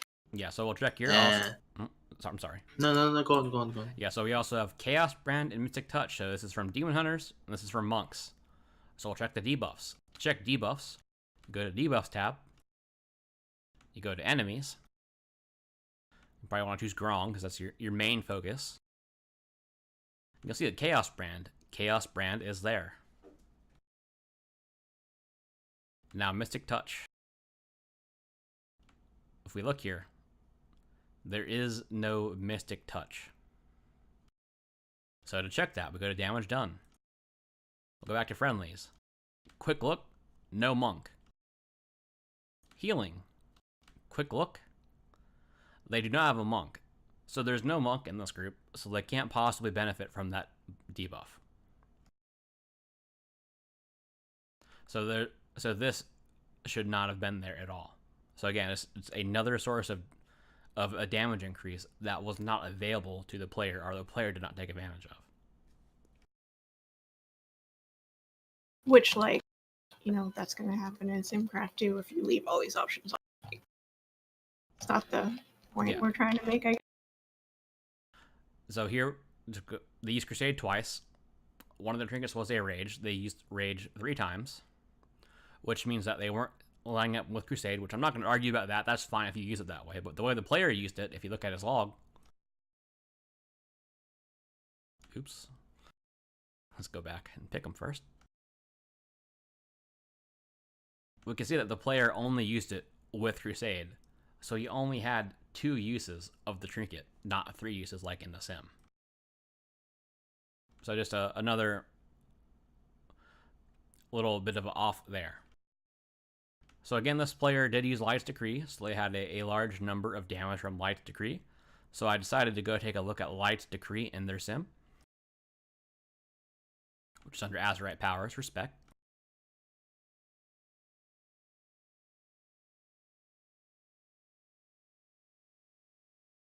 So Light's Decree is all this good stuff here. The thing we care about is this. So affected by spells, and what do we see? We see Chaos Brand. That's the magic damage you buff. That makes sense. Light's Decree should be buffed by Chaos Brand. But if we go down further, Mystic Touch, which increases physical damage taken by 5%. Light's Decree is not physical damage. It should not be buffed by Mystic Touch. And we got some noise from the cat here. Come on, cat. I'll feed you later. But here's just another case where the simulator is not behaving properly. So going through here, Light's Decree is getting extra benefit from this debuff. And the debuff it's getting benefit from, there wasn't even a monk in the raid to apply it in the first place. And also, like we mentioned earlier, like here, it mentions that it's buffed by Mastery, Hand of Light, but it doesn't include things like Avenger's Might that also add to Mastery. And again, it's not something, is that intentional or not, we don't know. This is just how it happens to be labeled. So should it include those other mastery sources here, or is having one good enough? And if having one is good enough, maybe it should be consistent across the other spells.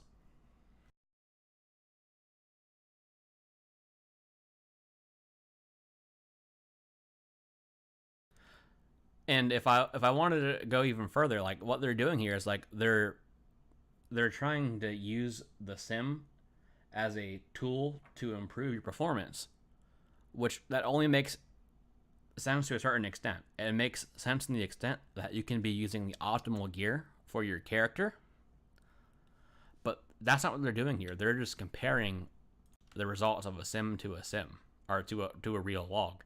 Yeah. I was gonna ask you, like, you know, maybe to summarize the whole point of going over stuff like this, so it doesn't seem like we're just like picking at stuff like for no reason. Yeah, like if you look in our question chat or watch our stream, at no point do we tell someone to get better by going and simming their character. We tell them the ways to improve their character. We let them know that tools like WoW Analyzer exist. We let them know that we have our guides in the Ret FAQ, and the guides have specific information like boss encounters that they can go over and learn how to do things properly. We give them the tools to actually improve their gameplay. We don't tell them, oh, here's a sim. The sim used 46.6 Templar's Verdicts, and you used 42.3. If you use 2 point whatever more Templar's Verdicts, your damage will go up. Like, what is a person supposed to take from this information to improve their gameplay? Yeah, I also would say, like, the number, there's only, what, 100 DPS difference between the sim and the log. Well, I'm saying 42.3 because this is the average across all iterations, so it's not going to be. Oh no, I mean like. Oh no, I'm talking to Wooly. Oh, on there. Wooly said something in chat. All right. But yeah, I mean, like, despite all of these things being like kind of inaccurate, the numbers are the same too, which is like a little suspicious. Like you said, on the log they only used 1 potion, right? They used 0 on the log. oh, they use 0 on the log and stuff like that. All of that adds up, and like, why is the result on the sim almost the same? Yeah, which we'll get into, Right. but to give an example, because we're not doing a log review, like if we were to analyze this log, we're not going to do a full analysis, but what we do is we bring up Analyzer, we go to the stats page, they used a lot of their judgments, that's good, their downtime was low, that's good, they used Righteous Verdict, they got 87.76% benefit from it, that's very good. We mentioned Seal of Vengeance, it didn't work, or it didn't work, they didn't make full use out of it. They didn't whiff any wakes. Here's another thing. Darren contributed. He had 491 DPS from the Ret buff. And again, I'm not blaming AMR for not modeling the Ret buff, but AMR does not model the Ret buff. And yeah, which like it shouldn't. You shouldn't really depend on people dying. To be clear. Yeah, to be clear, it should not be a thing. So I guess like the whole point of this is like, why is this here, right? Why is this information here? I guess in a guide. Yeah, and if we scroll down further, we can see like he wasted a little bit of holy power there with Crusader Strike, so that was an erroneous cast. Where in the AMR sim that'll never happen. So it already shows that the rotation they're using doesn't match the sim. They might have been trying to match a sim, but because it's a real player, it did not end up matching up. And if we go to the timeline, we can see what they did. They had the Bloodlust. He went Judgment, Blade. Then he went Crusader Strike. Then he went Crusade, Templar's Verdict, Hammer of Wrath, Crusader Strike, Templar's Verdict, Wake of Ashes, and it's just a very odd opener, and it's definitely not the same opener that Ask Mr. Robot uses. Or actually, is it? I don't even know. I have to double check now, because I'm curious. I would be surprised if that were the case. Stone's internet went out. Oh, okay. So the AMR went Blade, then it went Judgment, Crusader Strike, Crusade. Oh, it might have done it actually. But after Crusade, it went immediately Hammer Wrath. So it's different. Where the player used Templar's Verdict, AMR used another generator. So again, I would comment that why would you use Hammer Wrath in this scenario as your first ability? But again, as far as those rotations go in AMR, they say you can just edit it yourself if it's not correct. So I'm not going to argue that. But if I was talking to the player, I'd say your opener is odd. It's not an optimal rotation. You could definitely simplify this down a bit and make it a bit more efficient. And like we normally do, we would go through the log. We would see what's going on. We could see they had some downtime here. We can see their abilities were on cooldown, but Crusader Strike did come back a little bit here, so it took them a while to hit Crusader Strike again. We can see here's where he wasted that one holy power. And we would go through the timeline as an example and see what's going on. Yeah, and like this is how we address somebody who comes in and is like, I feel like I'm under. Not that this person is, but just like this is the process we would use, right? We wouldn't say like, oh, go sim yourself and compare that breakdown to your actual breakdown. Yeah. You know, which is kind of, I guess, what it seems like they're doing, unless I'm not understanding this. So what I did is I took the time to fix these issues on AMR. And to do that, I have to find the right tab. So you can see, you can't clone the live version, but if you choose the most recent version, which is live, like live is an alias. And the way it works, it's an alias for the most recent WoW version, which in this case is 8.1.5.29701.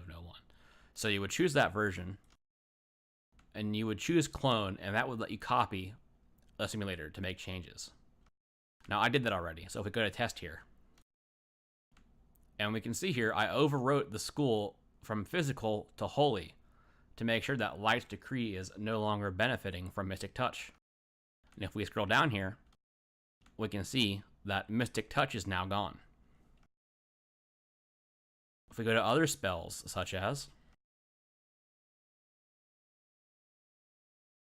Shield of Vengeance, I added the versatility benefit to Shield of Vengeance because that was missing.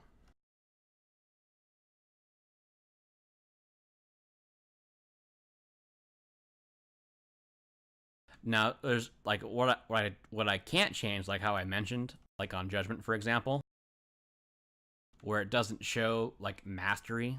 I don't know how to change this, so I don't know if I can or not. I'm not sure because I don't understand it, or if that's something that's not open and I can't access it. So what I did is I ran a new AMR sim, and I counted for this. I made sure the player didn't use 2 pots. I made sure he didn't have a food buff. I made sure he was using the 7% scroll and not the full buff.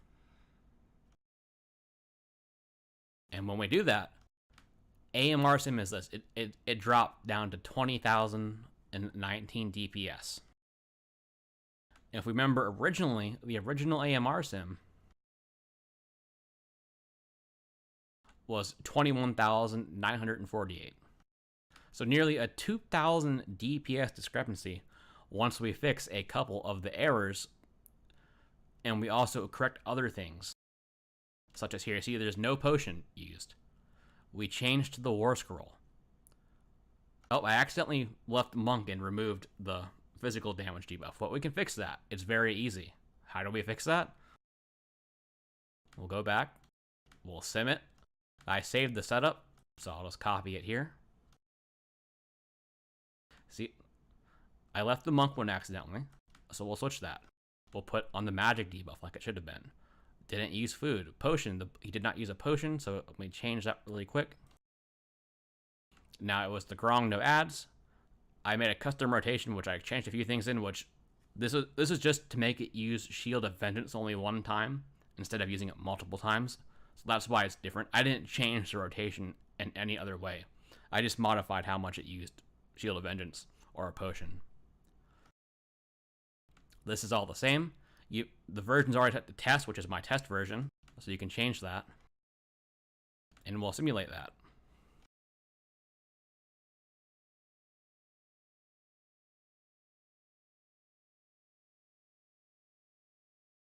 So it's actually at 20,549. So we have Chaos Brand there instead of Mystic Touch. So this is the corrected value, which is a 20,549 DPS, compared to the player,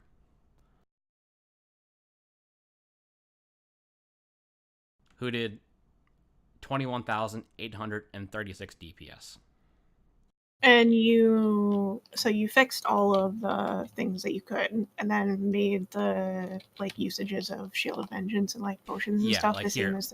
Like technically, the player used Shield of Vengeance twice, but his 2 uses equaled 1 use, so I just made it use it one time fully, which is close enough. So basically, your goal here was to like try to see if you could replicate what the player did and then get the same result from the sim. Yeah, so the only thing that we're realistically missing is that 458 DPS from Ret buff or whatever it was, but even if we added that 458 DPS, this is a case where the player's damage was higher than the average damage of the sim.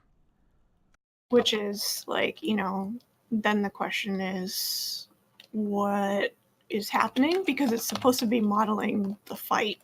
I mean, if you want to get technical, they list a max DPS number, so someone could potentially do that high. But it's just a case where this is their standard though, and it's a case where it's not lining up due to many factors. Like one thing as well, like even though the player didn't do the rotation as optimal as he could have, one of the things we talked about before is his usage of Righteous Verdict, which was 87.76%. We can see how well that it was used in AMR. Now, it doesn't... What you would do is you would take the refresh and you would divide it by the count. And I thought I did that already, but I might have forgot to. Yeah, so this was actually 83.26% was buffed. So the player actually was playing better and had more Templar's Verdicts buffed than the sim did. Which again, could kind of be our. So if we compare this number, 20,549, and we compare it to 21,836, that is not within 0.6%. It is much larger. Add the retribution, right? Yeah, even if That's you a added lot. retribution, it still would not be within 0.6. That's still like 1,000 DPS, which is a lot. Yeah, I think the point is just like, where is, like, where did that 1,000 DPS go? It's like, yeah, what is happening? Is what the question is. I guess. What this does, this warrants that they need to take a further look at their simulator and see what's going on. Like, I did a little bit. Yeah. I did a few of the things that I could figure out how to change, but that's only part of the equation. And for Wooly, as far as doing it in SimC, no, I did not run it in SimC because, again, we don't tell people to run a sim to see how much DPS they should be doing on wrong. That's not how it works. There's no point in doing it. SimC's never made a claim that it's like, this is the damage you're going to do. The big thing about SimC is that it's a tool to evaluate similar things against each other. Yeah. So it's to find outliers and things that perform within the X percentage, right? Yeah, so like if you wanted to compare Blade of Wrath versus Hammer of Wrath, you can be like, okay, this is kind of the ballpark I'm looking at, and I can see that the ballpark shifts higher or lower when I switch to Hammer of Wrath in this environment. And the more closely it models the game, yeah, the more closely you're going to expect it to match a identical situation in the game. But it's not saying that this is the situation in the game, this is your number. It's saying something completely different. Yeah, and like Scully was saying, like there's no, I think the last time I ran a sim to like try and see if my breakdowns were the same was in like there's no reason to do that anymore. There's no reason to be like, how could I have done better? Let me run a sim. You know, it's just, I guess it was a tool at one point, but it might have been like the only tool we had, right? So this just ain't it, as the kids say. You don't run a sim to evaluate your performance, so I don't really understand why this is a thing. Yeah, and just to clear, when I say I didn't do this for Simulation Craft. And in general, have I done this in Simulation Craft to see if I could make the numbers in SimCraft match in-game numbers? And yes, that's one of the ways that we test SimCraft to make sure things are working. Yeah, to make sure things are working. Like that's part of the process. Is like. It's a bit more targeted though. It's not like does this you don't big use a fight this log. big Like we specifically right. will hit a dummy with a certain ability with no buffs and check like, hey, make sure does Handler's Verdict actually like is the amount of damage it's doing, does that match in game? Or like my favorite, which is the naked dummy test, where it's like, is this actually being affected by versatility or haste or whatever? And you go and smack a dummy and you hit just that. You know, that's, and there's so many people that do that and then go into, but like the process that he used here to like go through every spell and make sure it was modeled properly, that's what we do in SimCraft. Constantly, to the point where sometimes things are not accurate and implemented until like 12 hours before a patch. And some of that is because stuff doesn't get added to the beta until the final couple days before live happens, like the Azurite event. There's a lot of shoulders that carry the blame and stuff like that. Alright, we'll get back to the logs. That was the first log. So second log is a Zeal build. This player ranked 97% for eye level and was within 1.2% of the simulated average. About 20% of top ranked logs are using Zeal. The log has 54% uptime on the Zeal buff, which matches the simulation at 53.8%. The player did not attack the ads, so the Grong no ad script was used. So, here's our friendly Russian Ret, who I'm not even going to pretend I can say that. AMR Sim has him clocked in at 22,053 DPS. I got this here, but I also have Wow Analyzer, just because it's easier. He did 21,876 DPS. So he's a little bit under what the AMR sim had for the target, but we're gonna go through the same logic. We'll go to buffs. So AMR again, they used the 100 strength buff. Choose our friendly Russian Ret here and go to buffs. We see well fed here. This player used the 70 haste food, so that's our first discrepancy, is that they did not use the same food.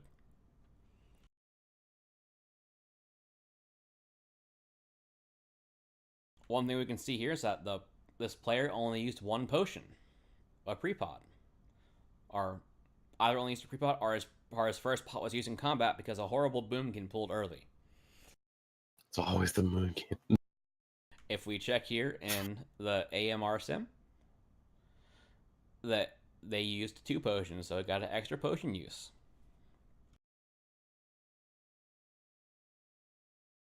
So again, we already talked about things like Bladed Justice and Crusader Strike, where it has the mastery erroneously listed on their page as an effect for some reason. Now, one thing you might see here is you see like holy damage is yellow, physical damage is whatever this color is. I don't even know what color that is. It's not yellow though. It's a brownish. So if you look at Zeal, Zeal does holy damage. It even says it in their tooltip, which is their own tooltip. It's not a tooltip from another site. This is their own tooltip. So right away in their sim, Zeal is doing physical damage instead of holy damage. So they took the time to verify that the uptime matched, but they didn't bother to check that the damage type was correct. No, this is not from Wowhead. I mean, the color scheme looks very similar, but this is the actual AMR output. I mean, that's what it looks like in game too. Right? So, oh no. Yeah. Yeah, I'm pretty confident that our tooltips are based off their back-end stuff. I could be wrong, but I'm pretty sure it is. Even if it's not, it doesn't really matter. I was just saying. And So, yeah. like, right now, I guess is a good time to be like, it is impossible to expect 3 people to catch every single thing, like, for every single spec. Literally impossible for them to do that.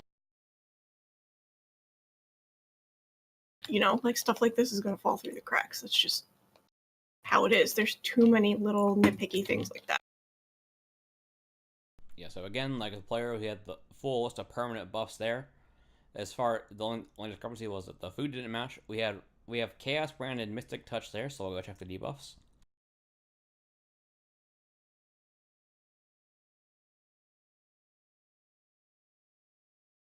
So Chaos brand is there.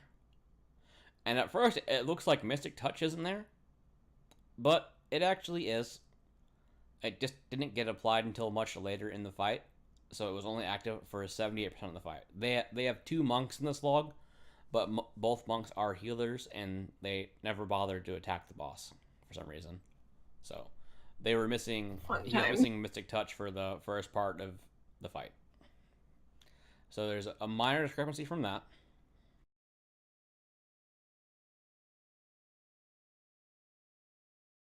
Again, if we go to Shield of Vengeance was used twice and did 3% of the damage.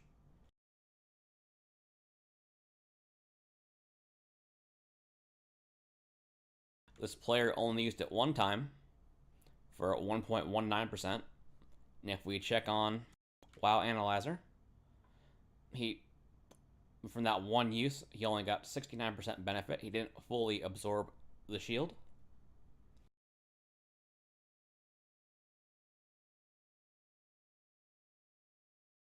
So this is a lot of like the same.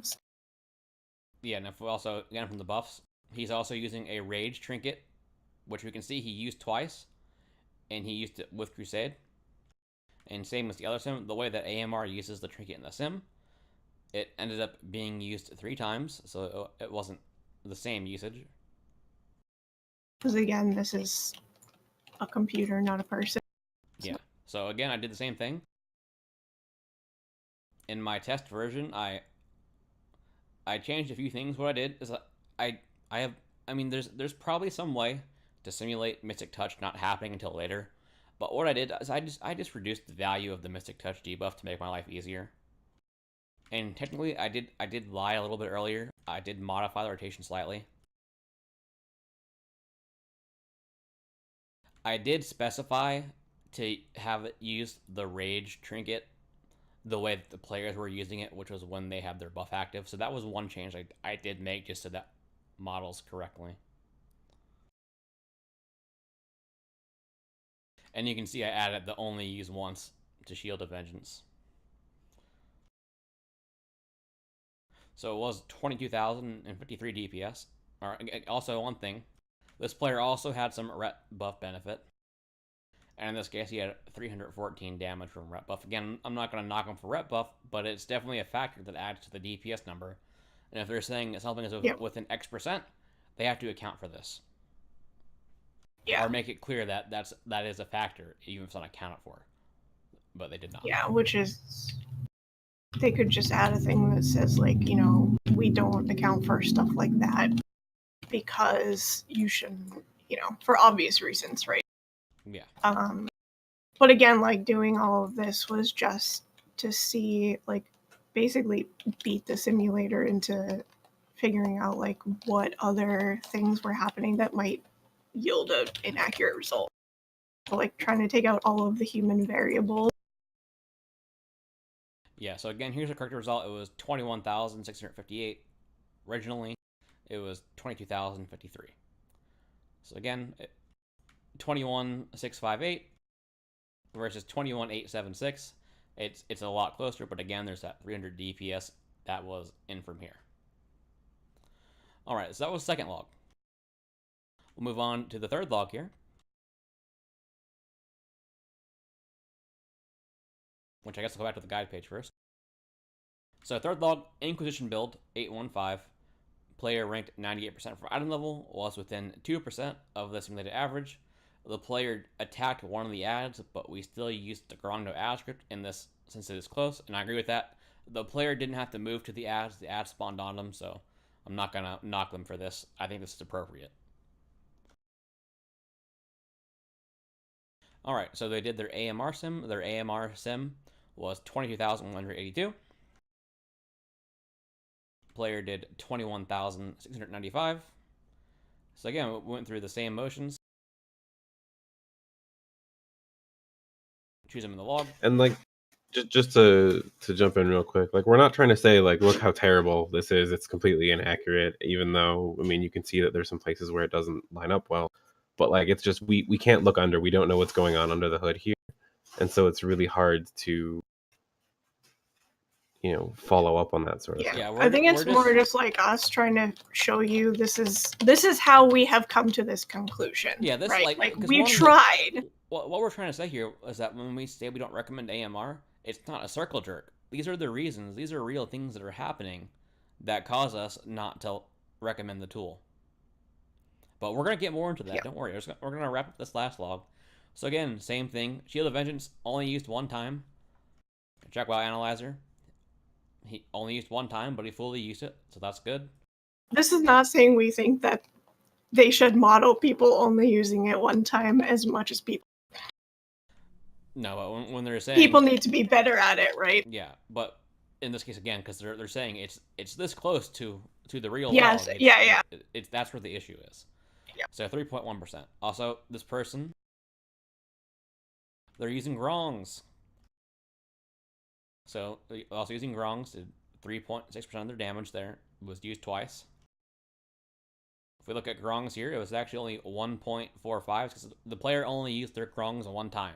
So Sim used it twice, player used it once. A discrepancy there. So we'll go to buffs. Again, by default, they left on full buffs. If we check buffs here, this player actually used both pots, so that was good. One thing we notice here is that the player did not use a food buff. So an AMR used a food buff. As far as other buffs here, for Fortitude, they had Battle Shout, Arcane Intellect, they had all that. Actually, here's food buff. So never mind, it just wasn't up top, but this was under raid buff. So they did have a food buff. So that was there. And this is just trying to eliminate variables. Yeah. Like, we do the same thing if for whatever reason you were trying to be like, why do I not match my SimCraft? You'd go through the same things, trying to figure out why, before you would blame the simulator. So again, see, we have the Mystic Tough. It's been too long. We have the Mystic Touch debuff, but we don't have Chaos Brand, so there is no Demon Hunter in this raid for the magic damage debuff. And again, they simmed with it on when it actually wasn't there, so that was the issue. When we look at the damage here, we see that the Heed My Call Azurite trait, again, it has the same color as physical damage, and Heed My Call does nature damage. So again, here's another case where a spell is using the wrong damage type.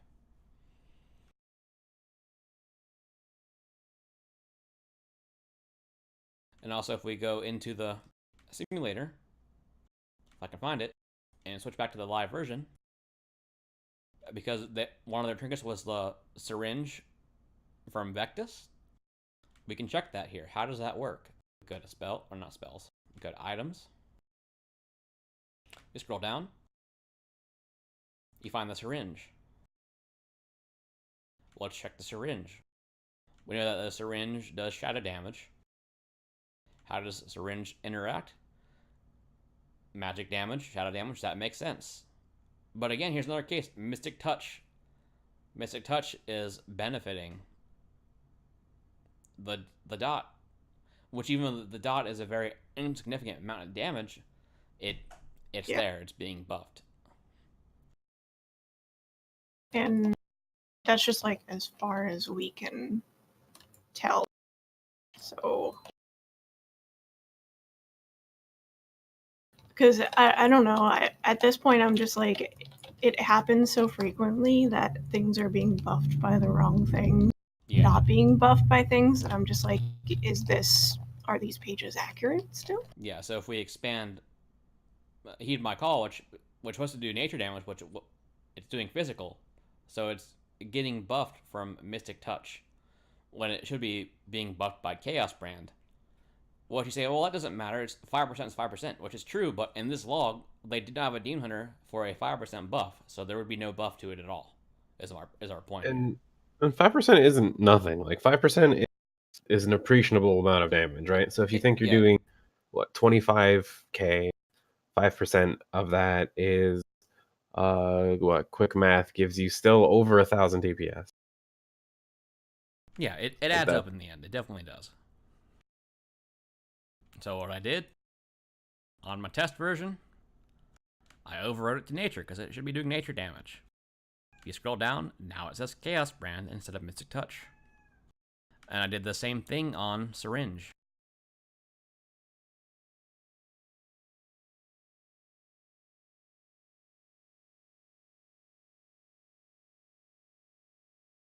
I overrode it to Shadow, even though it was supposed to be Shadow anyways. It was messing up, so I overrode it. And it got rid of Mystic Touch. It only benefits from Chaos Brand now.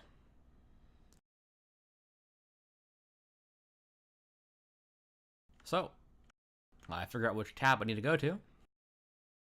Alright, so the sim for AMR was at 22,182. After I went through and fixed a few things here, it's down to 20,917. Which is a big drop. So even accounting for all of these human elements and like trying to fix things, there's still something going wrong that you kind of can't figure out. Yeah, so you can see Heed My Call is now green, like it should be, because it's nature damage. You see, I modified Grongs to only use one time, so Grongs is only used one time. Yeah, so even when the sim performs, like the sim is trying to be that dude in that dude's raid, there's still something not quite lining up, and then it's like impossible, at least with our skill set and what is available to us, to figure out what exactly is going wrong. But something is going wrong. Yeah, so again, we got rid of the Mystic Touch, or it's not Mystic Touch. Cat, stop that. So That's what cats do. yeah, so we got rid of Chaos Brand because there is no Demon Hunter. Yep. Hold on one second. talk while I give cat treats, please.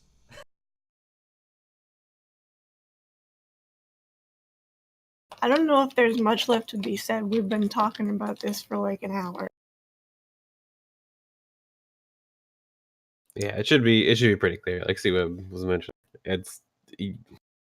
we can tell there's problems in the logs versus reality. Yeah, and the point that we're trying to make is because I don't think this is like a look how bad their thing is, because they have a lot of good points to it. It's just that we can't go and diagnose what the problem is ourselves because we can't see what's underneath the hood. And part of that is that we can't, in good conscience, then recommend that as a tool that we say, hey, go use this tool to go figure out your stuff. Yeah, one of the good things about SimCraft is if somebody comes in and is like, I'm getting a weird result, we can do all these things that Scout, and then also like look under the hood, you know, and go further than that. And like usually we can figure out why is there such a big discrepancy?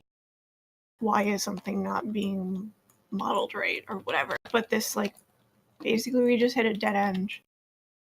Yeah, I'm back, by the way, so thank you. And then, like, it's not necessarily even, like, shitting on them for that, but it's, like, it makes it harder for people to help you. And, again, there's only so much responsibility that, like, 3 people can take on, you know? Yeah, so again, all that, like I mentioned, like Gronk was adjusted again. Shield of Vengeance was adjusted, and if we were to look at the player, again, we can see, like, go over it. Like, if we were to critique the log in general, as an example, because it's an Inquisition log, he didn't have the 99% damage buffed, and there was a couple issues with that if we go to the timeline.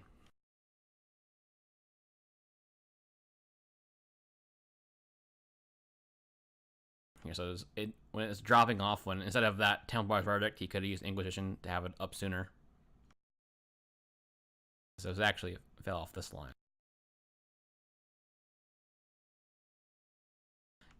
Again, I mean, he's letting it fall off before he refreshes when you can refresh it earlier because it is pandemic mechanic.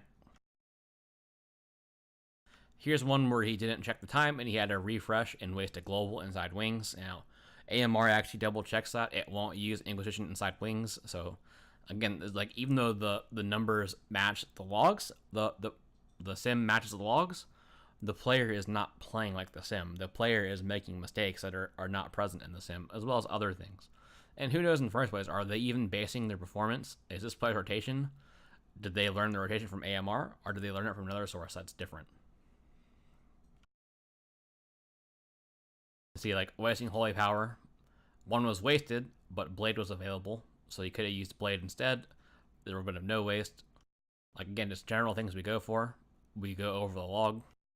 Like we mentioned here, that the damage buff was only 76.92, which is okay. It's enough to make Righteous Verdict a good talent, but it could have been improved. And how's that improvement happen?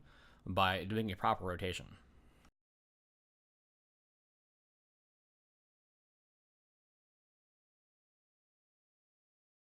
So again, that was 20,917 versus 21,695. And again, also Ret buff. Ret buff was smaller this factor. It was only 117 DPS.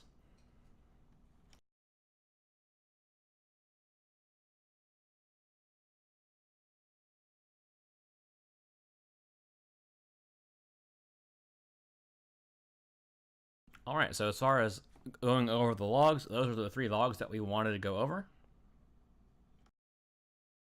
And that's why, like, if they're gonna say that they matched the logs, but they didn't match the actual environment in the logs, that's an issue. So not only did we go in and we match the environment, we also went in and the errors that we were able to see from the report, we went in and corrected those errors and gave a more appropriate result. If they did this in the first place, then this wouldn't have been an issue. But they brought it up first. We went over their results. They were not right. Now they're closer to being right, but it's clear that they have to go back and check on some things.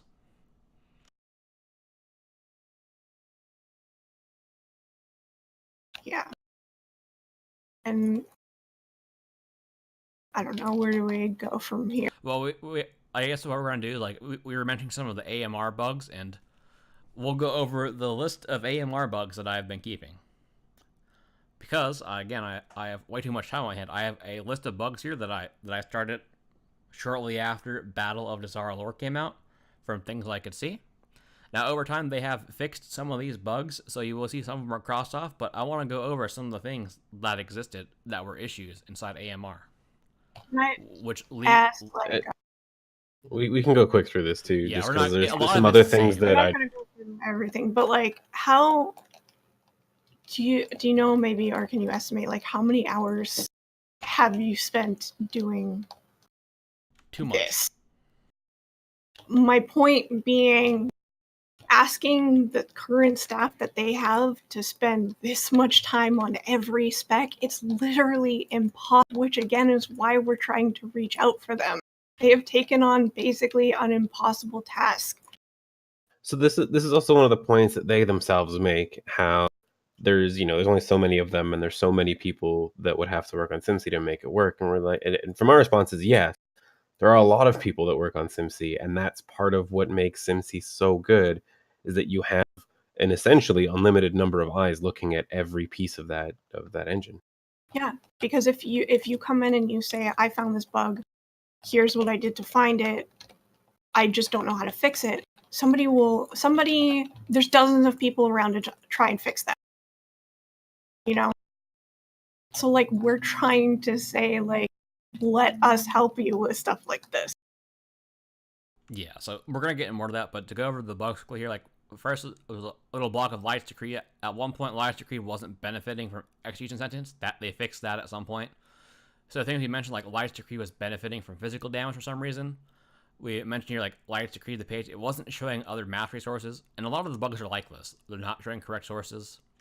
Again, Expurgation was the same. It shows base mastery, but not mastery increases. Blade of Justice we talked about, where it shows mastery increases. Crusader Strike shows mastery increases. To summarize a lot of that and just jump on, like, so many of the It's bugs that we whitelist see related. are just buff, like what's getting affected by what buff, what is buffing other things, like, and it's, I mean, it should be, I imagine it's everywhere and not just in the one places that we see in just this one module. Yeah, and there's just so many variables. Like the team that they have just can't. Yeah, so It's again, no wonder that stuff like this happens. yeah, we're gonna talk more about that. Don't worry. But here, like Consecration, they were still using the 4.2% AP coefficient when it was buffed to 5 when BOD came out. That was fixed at some point. I'm not sure when. Consecration was missing from the debuff whitelist for Execution again. That was missing. Wake of Ashes wasn't double dipping. This got fixed naturally because Blizzard fixed that themselves. Again, Judgment was missing information. Shield of Vengeance was missing versatility. We mentioned that Zeal was listed as physical. It was benefiting from physical damage. Here's one of the more annoying bugs is if you have both Imperium Power and you have Divine Purpose active and you use Divine Storm, that Divine Storm will consume both your Imperium Power and your Divine Purpose. Which I'll just show a log so I'm not just bullshitting here. And yeah, like, it does look like a long list rec, but I think a lot of them have the same, like, underlying root, in that it's just there's Yeah. pieces of their simulator that aren't tight, they're not clean, and so, like, just the buffs that get affected, right? You saw a lot already here. Hey, this is get affected by both Chaos Brand and Mystic Touch, which are essentially exclusive to each other. So how are they both getting affected on all of these things? Well, that's probably related to the same underlying buff across all of these different cases that we can see. And, like, I don't want to be like, hey, we're debugging your stuff for you, but, like, this is just, we kind of have to take the data that we do have access to be able to say, hey, we're not really sure. Yeah, like, They're we're not telling me. just coming out here and being like, hey, your stuff sucks. It's like, no, we tried to figure out if it's like human error or if there's something going on. Yeah, so here's the AMR sim for it. As you can see, buff 1, that means that they gained Imperium Power. And if you look up earlier for Divine Purpose, we hear buff 1, so we gained Divine Purpose. Now in between here, there's no spenders, there is no Divine Storm or Templar's Verdict. So the next cast that was done aside from the trinket, was Divine Storm. So they used Divine Storm, and we can see from that Divine Storm, their combat log is it's kind of messy. You can filter stuff in the little boxes here, but you typing stuff in. But I'm leaving it all up here so you can see the flow.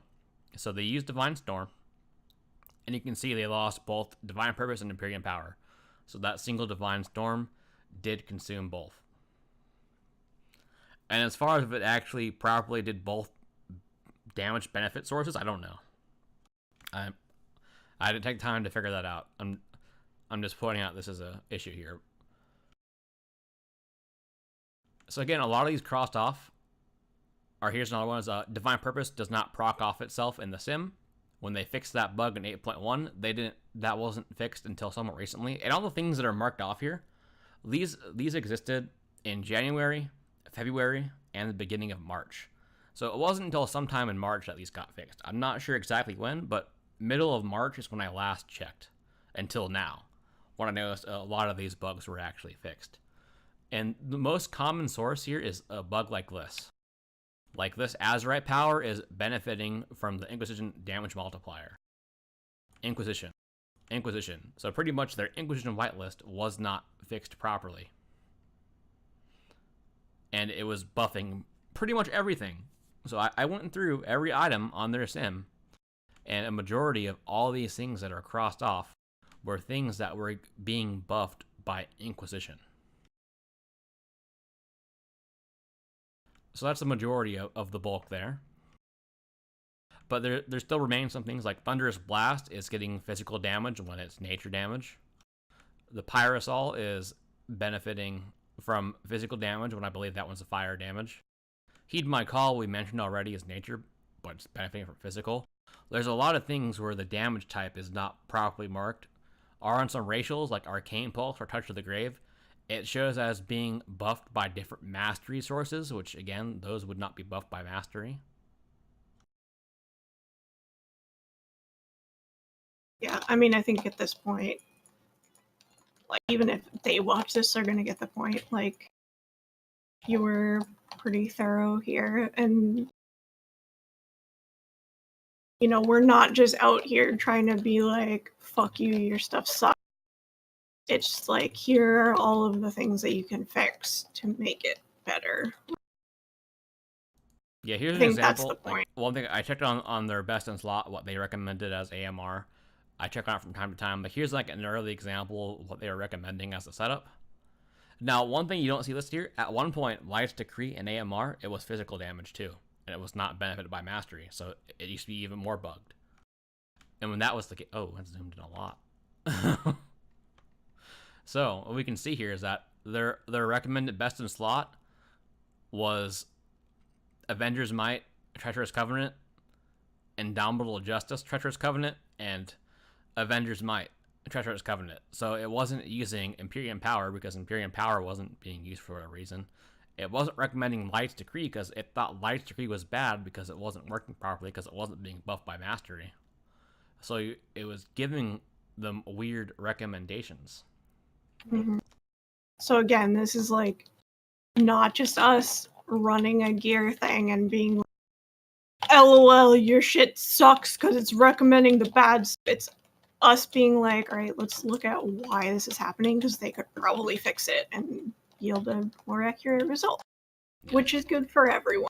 So we'll use a generic character here and we'll do best in slot to see what their best in slot looks like now, just to double check it. Because it did update. When it updated, I don't know. So we're going to exclude some of these. We only want to look at Battle of Zara Lore, Mythic. And you'll see here, this is their default talent setup. So their optimal talent setup they're choosing is Execution Sentence, Hammer Wrath, Consecration, and Inquisition. And you can see that they left these utility rows built in, like Fist of Justice, Cavalier, and Word of Glory. So, but again, like, this is their default talent setup that they found to be the best on their sim. And I don't think I've seen a single person, I have not seen a single log, I've looked at log talents, there's not a single person that I've seen run Execution Sentence, Hammer, Wrath, Consecration, or Inquisition. Oh yeah, we got here. Yeah. So why is it doing that? I mean, it is entirely possible that execution sentence came out as viable in there. Doesn't mean you should use it. We'll do the best in slot thing. It'll show the gear. Like, for some reason, it's using that trinket from Crucible of Storms, so we're going to ignore the fact that it does that.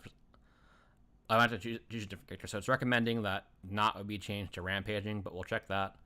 And for Azerite, we can see that it's still not recommending any sorts of Light Decree trait. When Light Decree, for either Crusade or not, it's just a huge... Oh, there's one, I lied. It was Imperium... No, they're both there now. I'm getting ahead of myself. So we got Imperium Power now.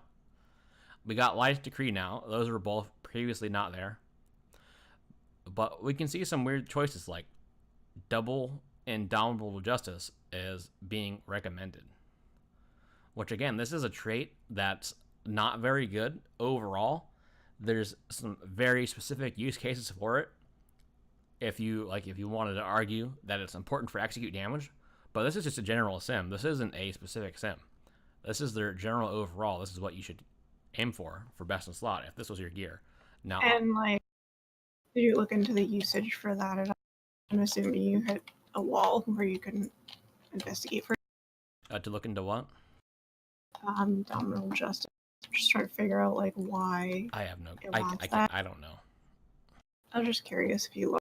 But I'll import my own character here and do the same thing because I don't have any Crucible gear on.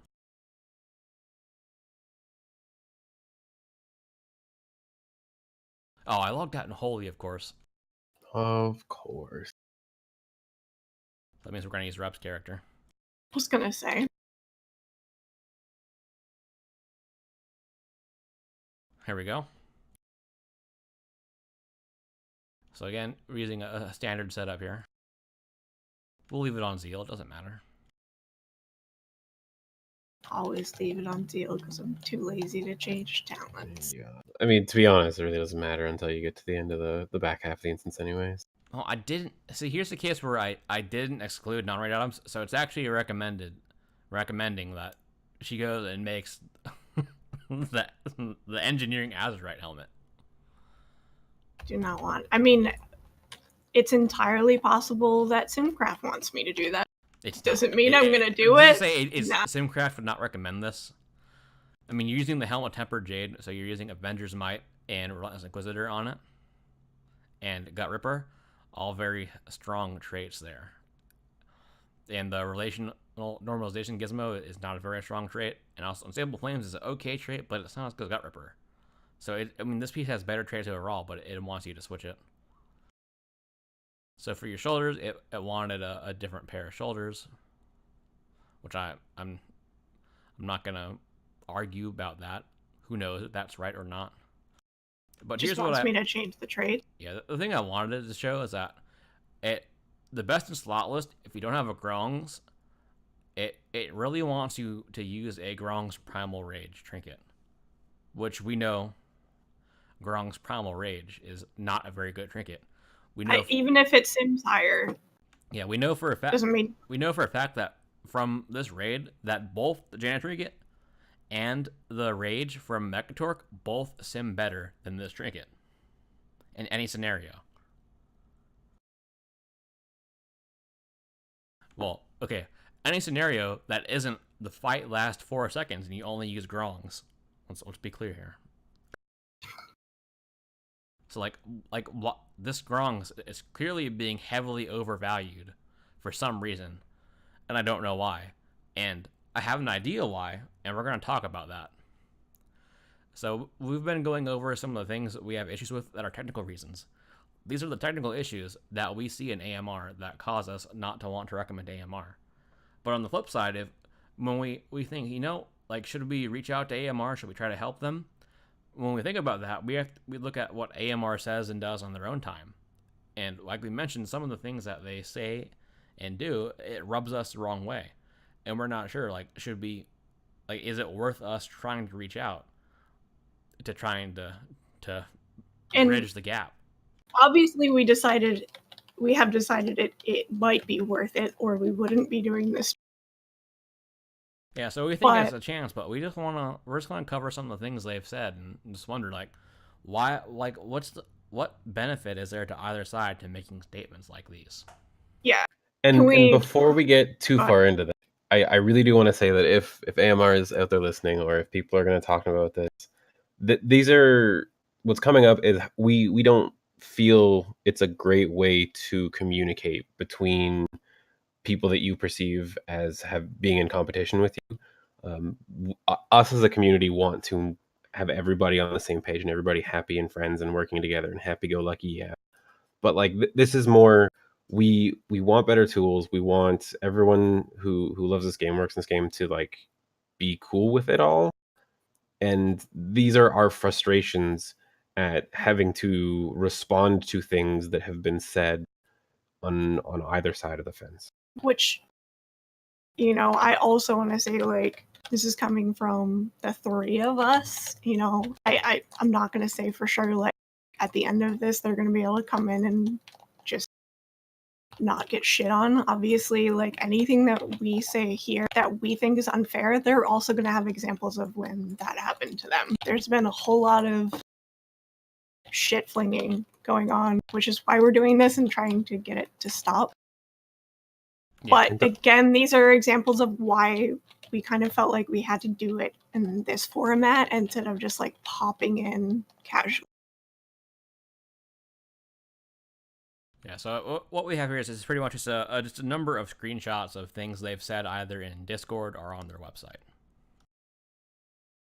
So some of these are old. They're from Legion.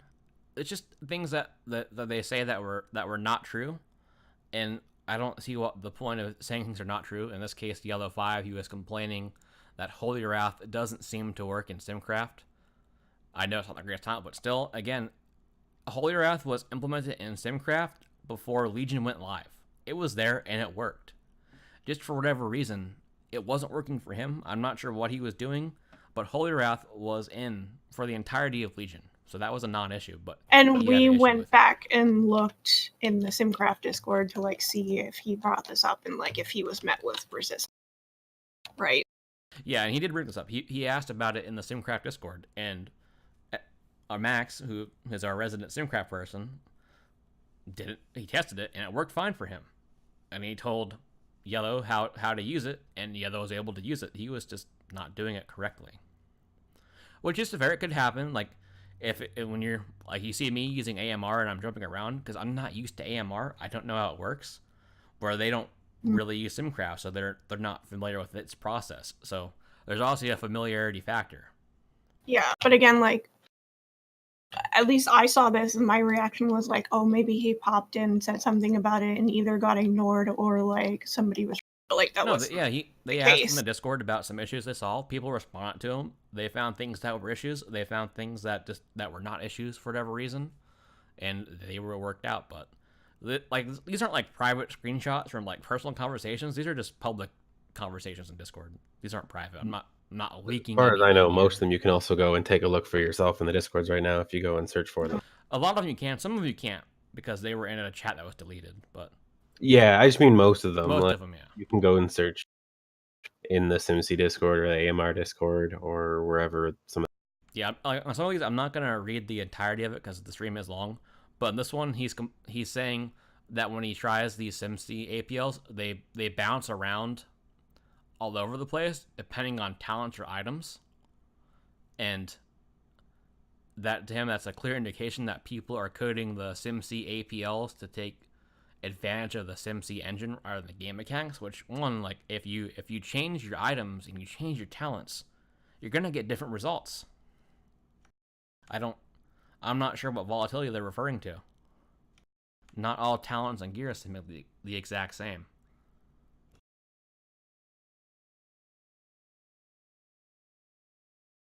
I don't know if you guys had anything to add to that. I mean, it's just I'm not terribly sure what he's trying to say with this. It's just like confusing. it feels to me like it's just a shot at the engine and not really. There's not a whole lot of substance to it because it's just like, hey, something's coding to take advantage of the the SimC engine, which, as a point of order, should be as good an approximation of the game as possible. So if you are taking advantage of the SimC engine, is that not the same as taking advantage of the game mechanic? Yeah, that's an example of like if we found something like that, we would go down the rabbit hole and figure out why it's being broken and try to fix that. Or Yeah. if it's a game mechanic that's working in a certain way, we're like, hey, let's use that game mechanic to have a better rotation setup or something.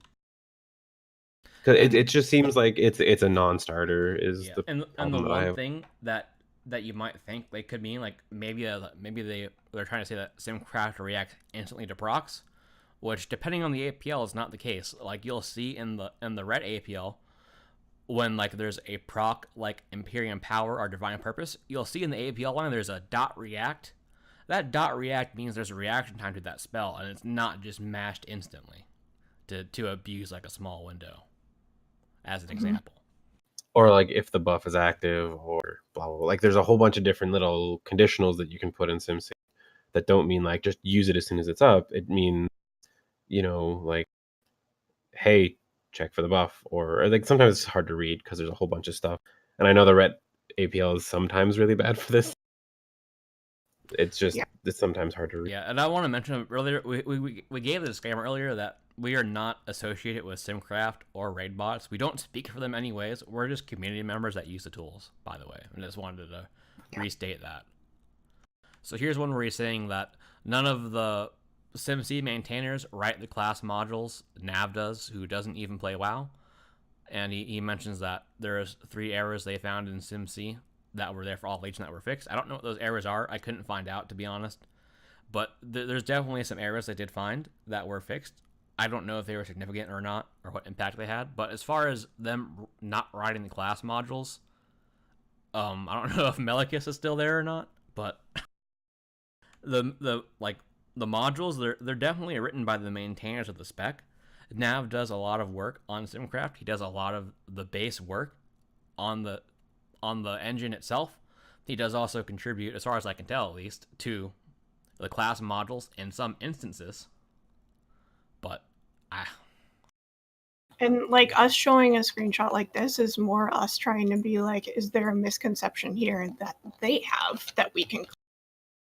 Because that's not how it works. And again, like something we talked about a little bit ago, a couple streams ago, like it was Cessa and I, we were talking about community perception of questions and things like that. How some people don't want to take advice from someone because they're not as progressed or don't play as much as them. And I think Simulator is an example where to contribute to a project like this, you don't have to play WoW to contribute. But as long as you're willing to listen to the people who do, right? Yeah, but at the same time, there's a bunch of people that work on SimCraft. They all still play WoW. And like even then, right? It's the validation layer that you're looking for. You want to say that, hey, this doesn't match what's in the game, and you go talk to someone. You say, hey, this is how it acts in the game, and maybe you, being the person looking and saying it doesn't jive between the two, and you're like, hey, can you fix this? And they can fix it, and you can communicate, and then there's that again validation layer of people coming in and saying, hey, this does or doesn't match, the game. But from the sim side of things, the people that are actually doing the work don't need to be the ones playing the game. I'm sure it helps and speeds things up if they do, but it's not like it's going to stop them from making something that works or is accurate to the game. And if it doesn't, chances are any of the many of us who do are going to catch it and be like, yo. Be like, hey, Melicus, come fix this thing for us. Yeah, so one of the things we mentioned earlier is that we were talking about like the time that we spent on going some of this things, and the AMR team is a small 3-person team. So like what we imagine that is that they don't have enough people. But we got this post from Yale that says the other day, I worked it out. I think it would take around 75 people working on SimCraft with the amount of frequency that they do right now to equal the amount of time that we put into ours. People don't realize this is my day job. I do it all day, every day. So the way I understand it, they're saying that their AMR is only 3 people, but those 3 people put in the equivalent work of 75 people. I mean, then you can start to argue like man hours fine are one thing, but like that's not really how development works, right? Like having different eyes look at the same thing, you're more likely to have somebody catch an issue as well. Does that make sense? Somebody, more I'm eyes gonna the leave this better. up to Shoal because he's actually does stuff like this. So okay, so again, number one, I don't really know what he's trying to say by this. Again, like it just seems like trying to throw shade and not really getting it somewhere. Is there a problem with that many people? Are they trying to say they're doing a good job even for a few people working on it? I mean, if we're just looking at the quality of something, like 100 eyes looking at this code is gonna be better than 3 eyes in every single situation. we're not saying every pair of eyes should have the Equal power weight, to yeah. change it, but like you're more likely to catch things. And I mean, as far as the code control, like you can't have somebody just go in and change something and it's instantly in the engine. Yeah. Like that's not. I don't know who's in control of the repo, who authorizes, but you basically have to get an authorization to go and push code into it. Or if you don't have one, you just Git calls it a pull request, and you say, "Hey, I have a change," and then somebody who does maintain it is like, they review it briefly and they're like, "Oh yeah, this looks good," and then they pull it in. Mhm. So like, there's definitely checks and balances and stuff, but I just don't. I mean, like most of these people, you'd be surprised, maybe not surprised to learn, but like their day job is like a lot of people do math or computer science during the day, and they enjoy that stuff, so that's what they work on at home on a project related to something else. I just don't know what he's trying to say in this. Again, like it's just throwing shade to throw shade. Yeah, so here's one that says, this is again, we're still in Legion land, but it's just a collection of things again. So again, it's like we take into all account all effects except the Cephas proc. And it says Cephas just has some complications we never just got around to dealing with. So again, like if you remember our first post, he was complaining that in SimC that supposedly Hammer Holy Wrath wasn't in SimC, and that pissed him off. But at the same time, they don't have one of the most common Legion legendaries implemented in AMR that was actively used by specs such as Shadow Priest would use it. I'm pretty sure Unholy Death Knights they eventually caught on that Cephas was good for them. It took them some time though, but Because this screenshot's by like Antorus era, right? October 7th. yeah, this is the 2017? Antorus era, I believe. So yeah, like this is after it got the huge buff that made specs actually want. Which, like, to be fair to them, it could be a huge issue that they were working on tackling. Like, we don't know. But the problem is, like, we should all give each other the benefit of the doubt, right? Like, it seems kind of unfair that they're nitpicking at a talent even when they were told that it was working after. And then they come in with this. Does that make sense? Like, it just, everybody needs to give each other the benefit of the doubt. Like, we understand that things sometimes just don't work and they're way more of an issue than anyone expected. Yeah, so we'll move on to the next one here, though. Like, this was like AMR did an article in Legion about the Retribution Paladin rotation, and Yellow said, so it seems like somebody didn't like an assumption I made in the Retribution article. Okay, that's fair. But did that person have anything to say about the rotation 3 craft itself? The article has a SimCraft version that people can try and test, but I can't seem to get any Retribution people to actually engage in Theorycraft. So I just do my own thing now. So yeah, we went into our Hammer Rat Discord. We searched for any post by Yellow 5. Now, if he had any posts, like on this date, he has no post in Ret. All of the posts from Yellow were in prot-related discussions. But to be fair to him, we did have an older Ret chat that was accidentally deleted. He very well might have had a post in there. We just can't tell. And as far as this project in general, we did look into his Retribution rotation, and we talked about it in our back room chat because we went over it because someone got PM'd about it. And we went over the rotation. It was a more simplistic version of the rotation. But the point is, when they tested it, they said it performed better in SimCraft than the SimCraft rotation. We tried it with their settings. We didn't see that. It didn't perform that way for us. We don't know why. But yeah, it's one thing to be like, look, we came up with this simple alternative and it performs within X%. You might see a drop, but it's a good start. We would be like, cool, thank you. Maybe not outward like a thank you, but like, cool. our problem here is that they were like, ours is better, and it's like, okay, but it's not. Like, what are you gaining by? That's the problem. Like, them saying stuff like that is the problem, not the fact that they came in and did something. And like one of the big differences I think between the two is that, you know, SimC's open source, it's free. If you want to use it, you don't have to pay for it. Like it's open, free.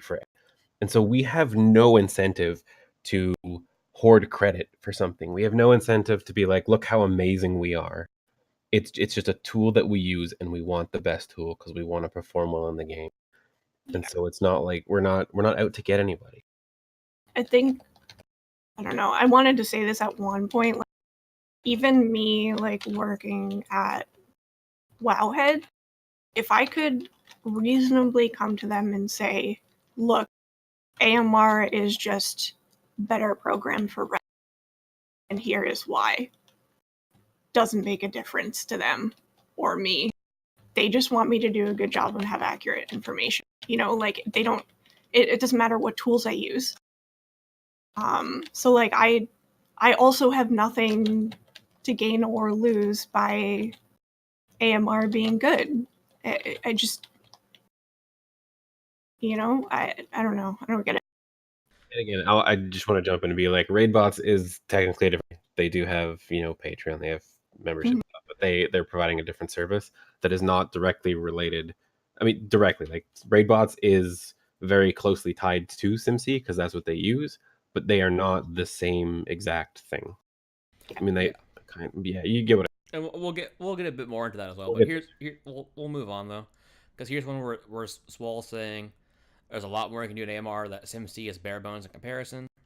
And just another post of the similar nature from Yellow saying that AMR has a lot of features that aren't available in SimCraft, which and so like the point is SimC doesn't want like SimC isn't saying, hey, we're not building these features, and Raidbots does build those features. Like that's where that functionality comes in. Yeah, so what it is that Raidbots is a quality of life interface for SimCraft, essentially. Yep. So, like SimCraft is just the simulator, like that's what it is. Yeah, Raidbots it has free and paid for options, but the point is on Raidbots, even if you don't have a premium plan, you can still set the sim up. You can't run the sim on Raidbots, but you can download that input from Raidbots and run it on your local computer. Mm-hmm. Whereas on AMR, if you don't have premium, you're locked out from doing it entirely.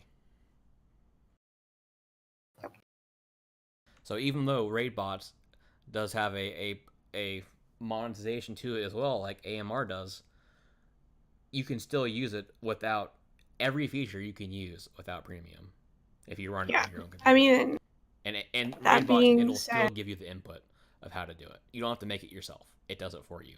You just have to run it. Like, we also can't argue that if AMR was as accurate, there would 100% be people that found that tool easier to use because different people just work and think different. Yeah. Which is another reason for us to want more tools that are better, because everyone's different, you know? We want to reach as many people as we can. Yeah, so we'll move on. Here's another post. Yellow saying that SimC is frustrating. Does anyone know how to override? Like, when the names are orange, this is from the Ask Mr. Robot Discord, by the way.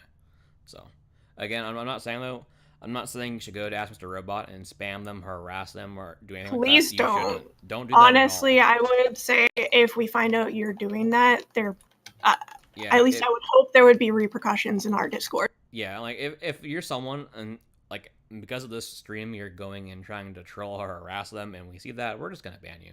Like, straight up. Yeah. It doesn't help because anybody. I mean, part of the if point. If you want to sit there in our own Discord and meme about it, you can meme all you want in our Discord about it. Just don't go and harass people. And like that's kind of part of the point I think we want to get out of this, is that it's not about going and saying, hey, your guys' stuff is shit, lol. It's about, hey, we want to open it, like, we want everybody to have a better time. We want the tools to improve. We want, like, we don't think you're terrible people. We want to help.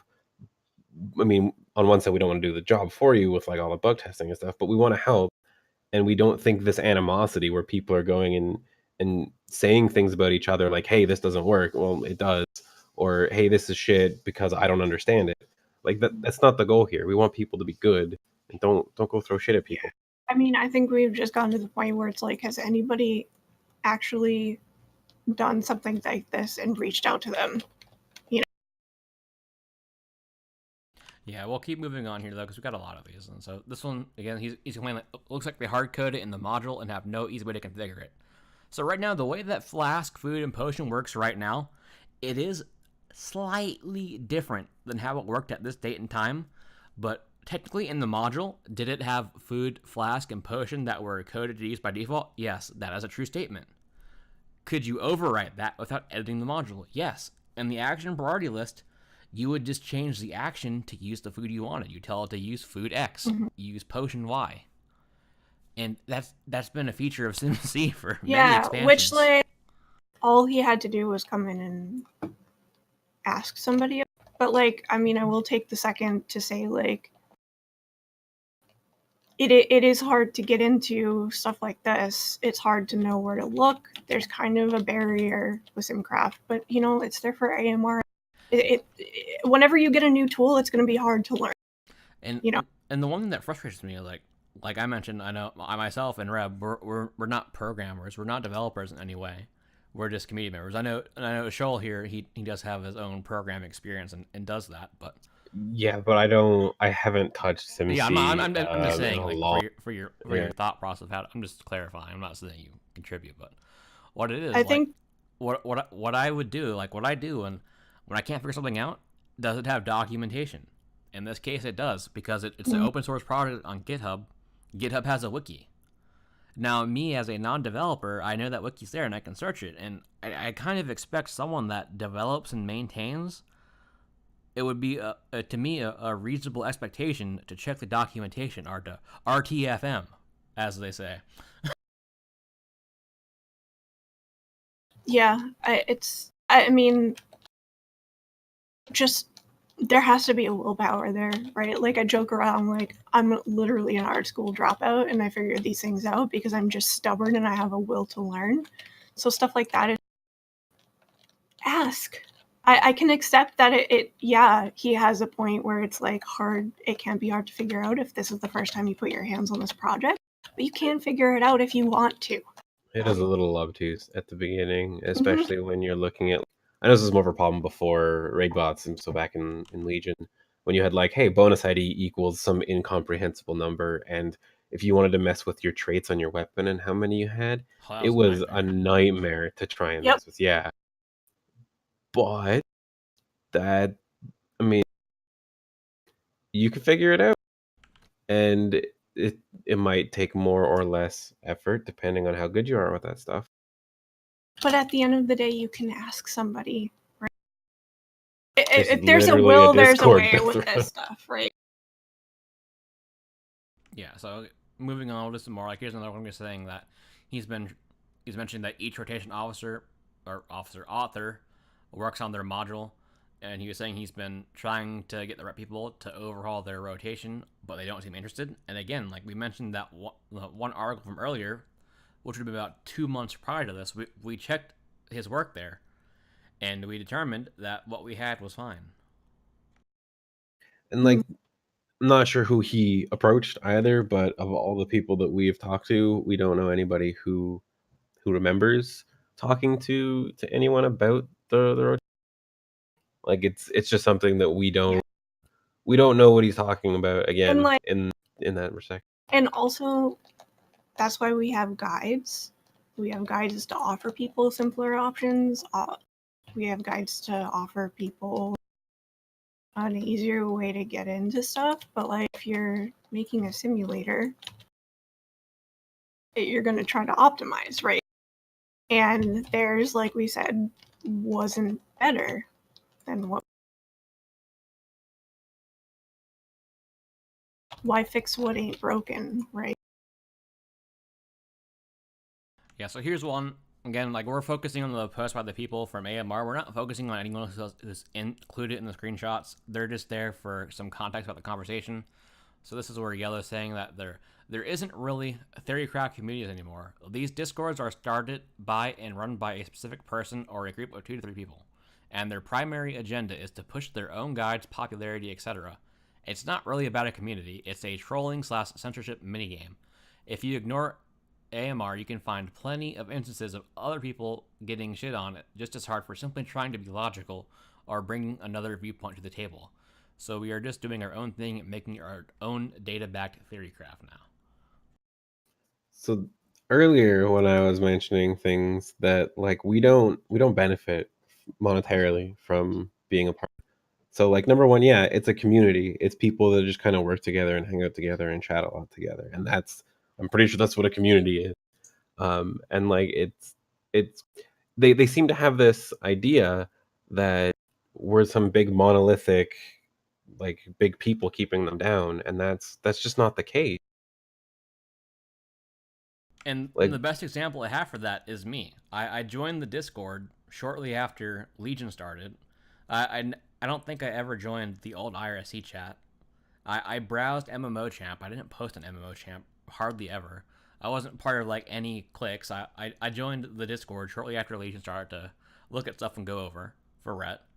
Eventually, a few months later, I decided to make my own Ret guide.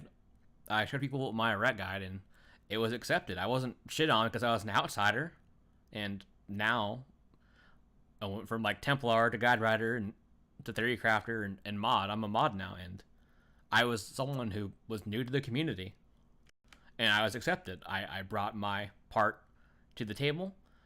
People were okay with that part. If there was issues, they were worked out. I don't know if there was or not, but they found the information that I provided was reasonable. So that's why it's now included in things like the FAQ. Yeah. I mean, I done been in this community since the dawn of time. I'm the grandma of this situation, and I'm just here hanging out, you know, like I don't benefit from the Discord doing well. I don't know. I'm just here. I just exist. I don't know. So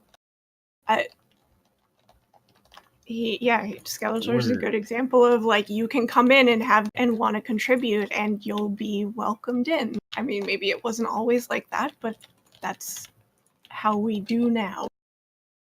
And as far as my transblog, if you're talking about my character isn't transblog. So I logged out in Holy because I was trying to play Glimmer because I wanted to try healing. So it's a mismatch of gear.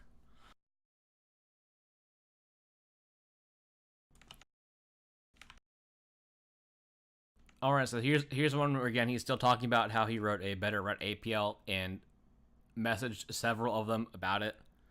I know of 2 people he messaged about it. One of them brought it up, or I know of one person he messaged and brought it up. I'm not going to name names of who got messaged to because they're not part of this. I'm not trying to include them.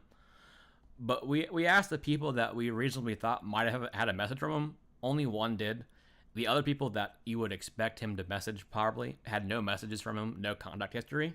So I'm not sure how he reached them privately, but... And again, there was no post in the public Discord about it. But then he just goes on to say that the Ret APL in SimCraft is one of the worst maintained of the modules. It's kind of messy. Like, again, just more like throwing shade.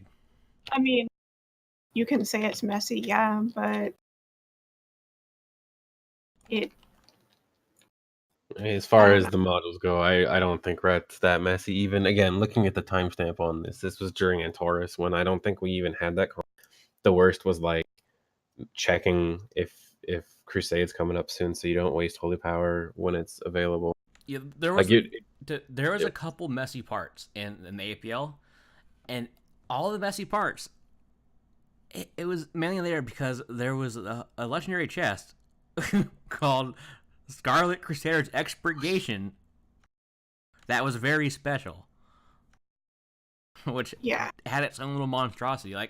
Like for example, when we transitioned the APL from Legion to BFA, 25% of the APL was gone in a single line. 'Cause It that is chest so gone. clean. Like, I actually really like the way we have it set up right now with the different kind of lists on it. Yeah. It is so much easier to read. Yeah, right now it I is just broken into sections. At this time, it was just a single list. It wasn't broken into sections. I mean, I still found it readable. Like, again, as a person who learned on that was readable to me. It's readable now. Was it the best before? No. Was it readable? Sure. Was it a bit messy? Yeah.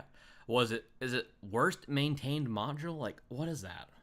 I think that's kind of an insult to Souls, who does like the brunt of the work and has been working on Simcraft. He's been doing this forever, so like it's like the defensive part of me who loves this community. I hate seeing stuff. Souls he's great. I mean, he's a literal fucking, I don't know. You I didn't can't. finish any of those sentences. I can't, it's because it makes me mad, and I'm trying to not be Souls is Canadian. me. A lot of us are Canadian. You'd be surprised. He just works so hard, and he has been doing it for so long that, you know, I have to think that this guy just didn't know. He was just speaking out of frustration and had no idea, you know. And at worst, if you message him, he won't say anything. But To be honest, he's not going to say anything realistically. I don't think any of the Ret 3 crafters accept messages from people who are not on their friends list at this point. I'm sorry. because they probably get like harassed by stupid questions. It's because they get asked things that are answered in Ret questions or Ret FAQ. I mean, it's not that they're trying to be mean. It's that there's the volume of questions you get just overwhelming, especially when you're just being asked really basic stuff. So, but that's off topic. Here's another point or another thing. This is from 2018, so we're still in Legion. We're getting later into Antorus. So this is like, any ideas why Shadow Singed Fang is randomly Vis for Ret Pala? Or, oh god, I said that out loud. I hate myself, by the way. Ret Pala. Okay, but like I mentioned earlier, like how Grongs, as far as I could tell, Grongs was working correctly. They just really recommend it. And here's part of where it comes in. It's like, yeah, I was like, I need to re-rank that item. It was being ranked too low. So yesterday's update had a half of the fix for it. Now I need to rerun some data on the global network for the other half. It's probably a tad overvalued at the moment, where areas before it was undervalued. So this is a case where it's not just simming. So the item's being simmed, but then they're ranking the item using their statistical model, which we don't really know how it works. They have a blog post a little bit about it, but I don't think it explains too much. So there's two layers of failure there. There's one that has to sim properly. And even once it sims properly, there's their own statistical layer that they have that can influence whether it should be used or not, or it shows up in your sim.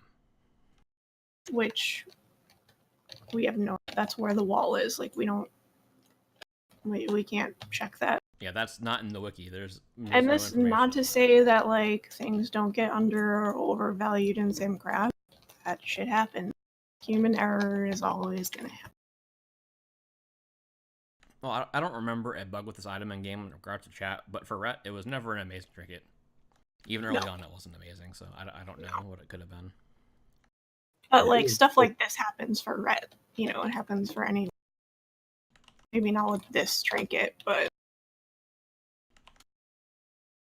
Well, like sometimes there's bugs in game that you like Woolie's saying. There's bugs that exist in game, and you know, SimC might be modeling quote unquote the correct way, but it should be modeling the game more accurately. So I think even once we had to put a bug into SimC that was in live. Yeah, and when things are added as bugs, like depending on the author, they actually code it literally as a bug. So if you have bugs equal 0, it'll run properly. If you have bugs equals 1 or bugs on, whatever it is, I forget which one it is exactly now. But if you can turn it on and off. So like a real quick example is when Divine Purpose was getting the back-to-back proc. Yeah. It was working normally in SimC where you could get the back-to-backs, and so I think at one point we went in, or somebody who maintains the module, Melicus went in, was like, no, I got to do a thing where it'll consume it if it gets back-to-back, and then it got fixed in the game, and we put it back to normal. But like that's a thing that happens. Yeah, here's just a screenshot from the AMR tool that's in there now. It's like, It's like they have their fake move spell, and again, this is just another one of those lines where it seems like they're just taking a jab at SimC or throwing some shade. Like, Yeah. this is a fake move spell used to immediately put you in range. It is useful to start stealth characters next to the boss, or to compare it to SimC, which magically puts everyone next to the boss at the start of simulations. This is just an example of, like, we're not calling a ceasefire for no reason. Like, there is actual fire being shot. Like, there are things like this that exist for seemingly no reason. Like, my guide, I would get in trouble if I wrote anything like this in my guide. You know? It's just about being professional, and this is like, why? Like, what did we do to you? And as an example, there's some bosses, like from Nighthold, Trilliax had no aggro range. You could literally start on top of the boss. Mhm. Or some bosses have very short aggro ranges, where your first ability, you might not be in melee, but you're close enough, like where you use Blade of Justice to cast a blade. So you And, realistically like, start the rotation the same way. Stone what- wants to and what know if Wooly he can said. come back. Yeah, tell him to come back. And like what Wooly said, Shroud of Concealment, I'd be like almost every group has. Just go walk up next to it. Yeah, I'm Mhm. just showing that this is still here. Like, they still have this line in their simulator for some reason. It wasn't like it was there and Yeah. then it was gone. It exists for some reason. I don't know why. I think if we can get one thing out of this, it would be nice to have a ceasefire on both ends. All right, so here's where someone this is just odd to me. Like, someone came into the Ask Mr. Robot Discord asking some questions about if he's wondering if he should stop Legion Theorycraft because BFA was happening, and he came in. He got some help from people in AMR. Then Soul was like, no problem. Although most people that end up helping go out on the internet and talking about how much they hate Ask Mr. Robot. Is that your plan too? I mean, This I was guess like to a there random is a lot person that joined and asked questions and got help. They helped him, and now they're asking, "Oh, are you just gonna go shit on us now? Like, what is that?" I mean, to be fair to him, there is a lot of animosity towards AMR. mhm. Like, there are a lot of people that just go and shit on AMR all the time and constantly bash them, and like that's not cool. Even if in some cases it might be justified, as we can, we've seen some of the examples, but like you can see how after so often they might get defensive about that sort of thing. Yeah, I can understand Yeah. that, but if it's someone that actually came in and was asking questions and was thankful that he got help, that is just extra odd to me. This is something we would joke about. Yeah. As Like- much as like, oh, having a bad day is an excuse. Don't. Yeah, everyone has Yeah. bad days. It happens. It's I expect them to be defensive. Like, the communities, the quote-unquote established communities, have given them reason to be defensive. It's the fact that they have turned now into being offensive. Like, that person didn't say anything, and they were just like, fuck everyone else, basically. And it's just like, can we stop? Can we all stop? Yeah, so let's continue on because we're about halfway through these, so we're getting through it. So here's one where it said that the simulator is a community tool, 100% free, 100% open, which isn't true. So we will go to We've the talked about that enough. 100% free portion first. We will go to the homepage. Let's go to optimize. Let's do. Which one was it? Yeah, we'll do upgrade. Best in finder. bags, right? Let's find upgrades. So, I Premium mean, feature. This feature requires an active premium account, which gets you lots of cool stuff. Learn more. So just to to defend them a little bit from this, the comment is that the simulator itself is 100% C, 100% open source, and so in their defense, you can basically put whatever you want into the simulator and get something out. Mhm. But if you want to use their extra tools on top, that's what costs extra, right? And I would say that this is similar to, though again not the same, as the raid bots setup, right? They have extra tools and extra features you can use that are premium, but the simulator itself, and even if you don't want to use those tools, you can go get the simulator, look at the source. It's free. You can just go download it from GitHub. And Mr. Robot's not. You literally And- can't look at the source. And again, like if it's I don't think that there's an issue though with them being like, we need money and we'll offer you these tools if you pay for premium. There's no that's problem fine. with that. I don't have The one has a problem with is that. them saying that it's the equivalent or that it's 100% free. Yeah, It's not.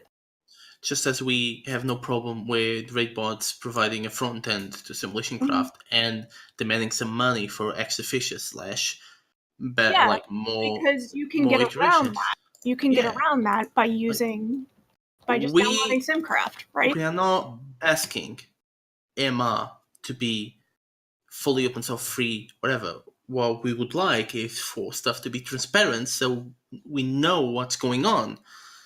And That too, One or of at the- least don't say it is, right? Like, yeah, why exactly. are you saying exactly. that? Why are Exactly. you essentially? Why are you just lying? Exactly. And like just from the open source perspective, I think we've talked about it earlier how we don't know what's going on under the hood in the engine. We hit a And so when wall. we like we hit a wall because we see, hey, Mystic Touch and Chaos Brand work, or all of these mastery effects apply to this physical damage. We can't go in and be like, well, this is why it's not working. We can't help you with that sort of thing.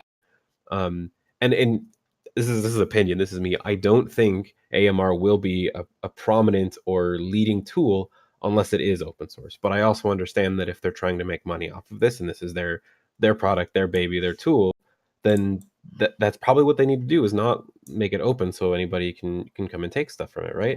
Which is fine, but don't say it is. Like, why? Why? I don't get why they have to say that.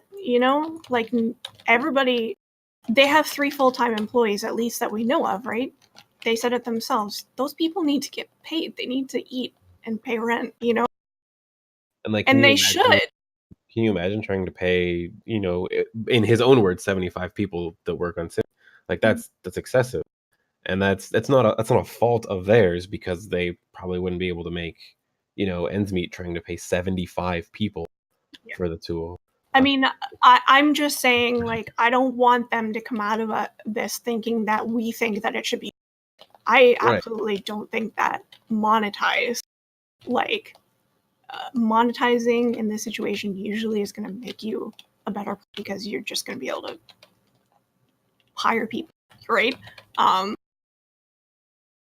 But don't just stop lying about stuff like this.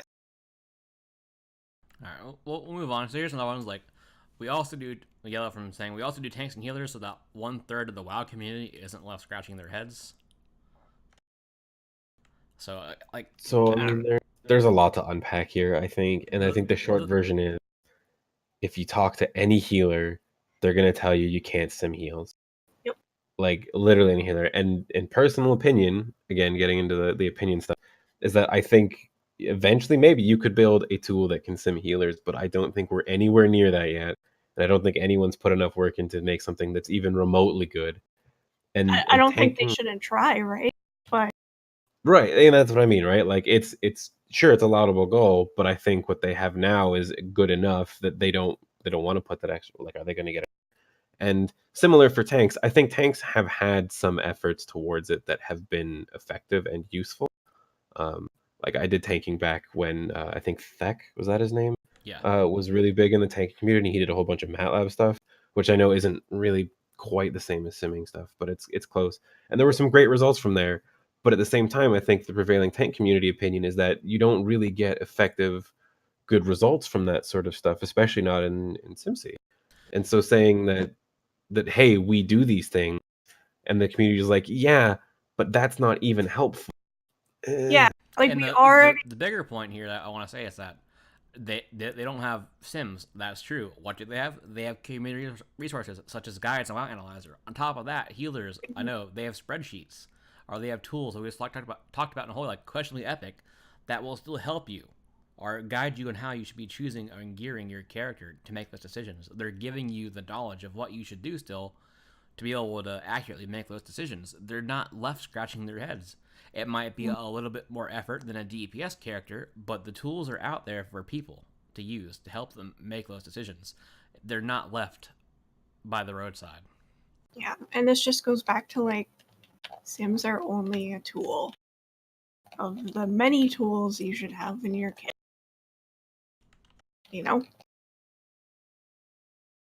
Not everything needs to be modeled in a sim for you to be making good decisions.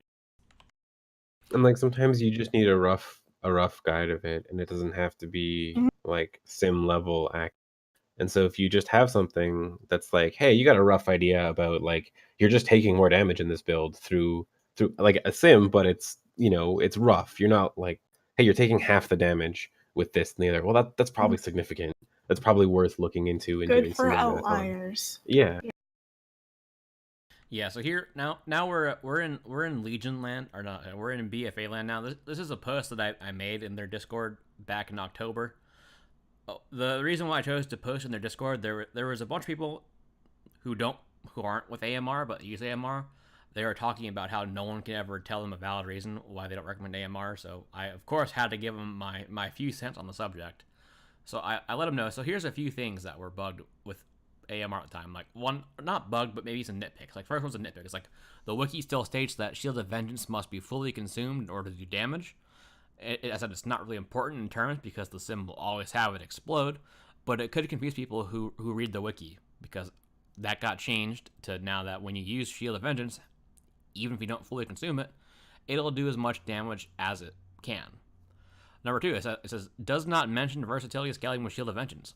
And that bug is still here today. I told them about this bug in October, and it's still a bug.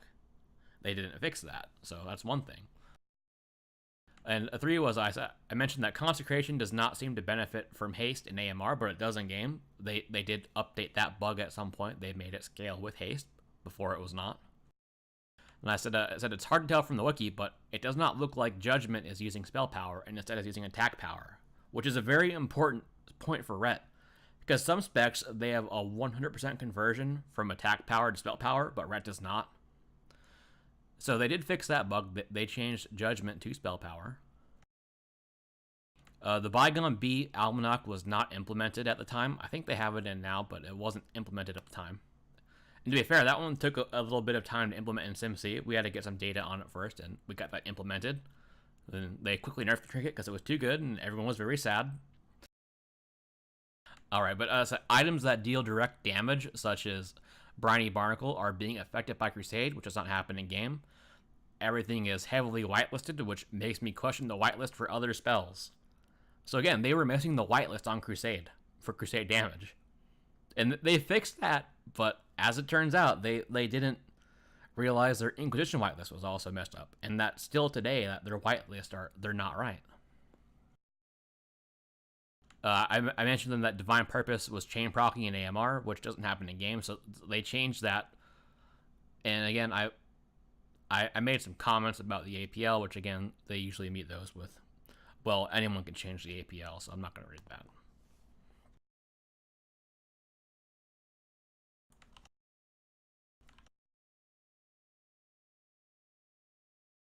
Alright, so here's one from Yellow5 says, I would argue that a lot of that benefit, I'm not sure what benefit, is counteracted by the general unwillingness of the community to question SimC. Bugs can go a long time because people aren't actively looking for them.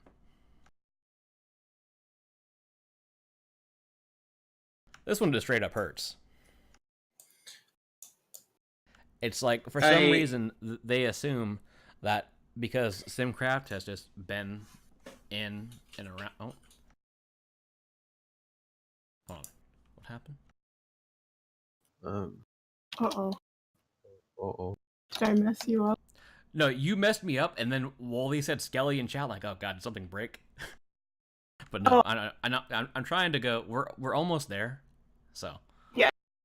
Yeah, so, again, like, this one, just saying general unwillingness to question SimC. We question SimC all the time. There is a number of bugs we still found in the early weeks of BFA. Of things weren't working right. Like, SimCraft had its own whitelist issue we found out for the crit chance on Avenging Wrath.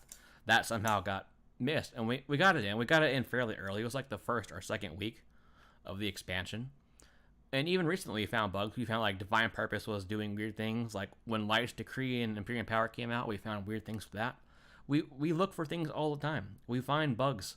Recently bugs were found, like Inquisition was not buffing auto attack damage. Like, that was a thing. This honestly just feels like a straight up jab at a. It is. It's what it is. Like there's nothing there. It's just a jab at SimC. So I'm gonna try Also, to I find power I through find the some- argument of like, oh, people are looking, so bugs go by faster. How can you, but like the bugs keep existing? How can you even say that coming from a closed environment towards something that's open source with over 150 contributors? Like, how can you even make that statement? And I mean, I'm sure there's specs where that's an issue. And just to clarify here, that does SimCraft have bugs still? Absolutely.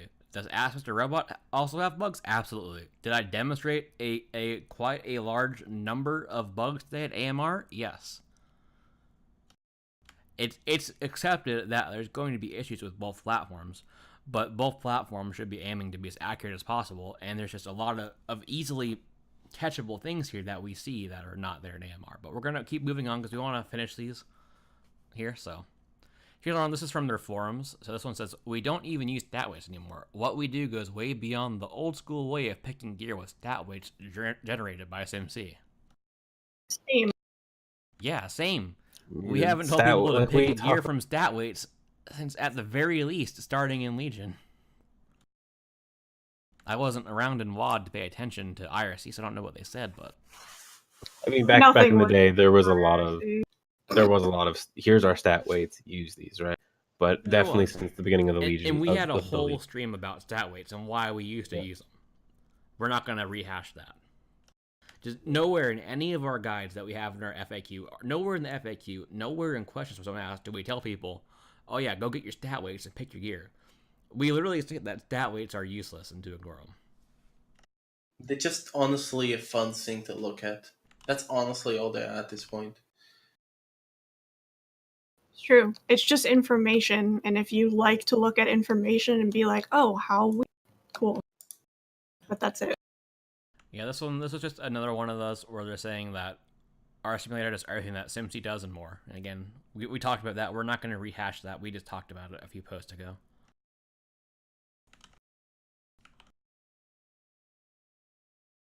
So here's one from Swell saying, it's frustrating that the community has decided to go the route they have gone. Their continued and constant bashing of our site and of itself is a pretty good indicator that we must be doing something right, or else they wouldn't feel so threatened. Anyone like you who uses our site knows that it works very well and you can play at any level with the advice we provide.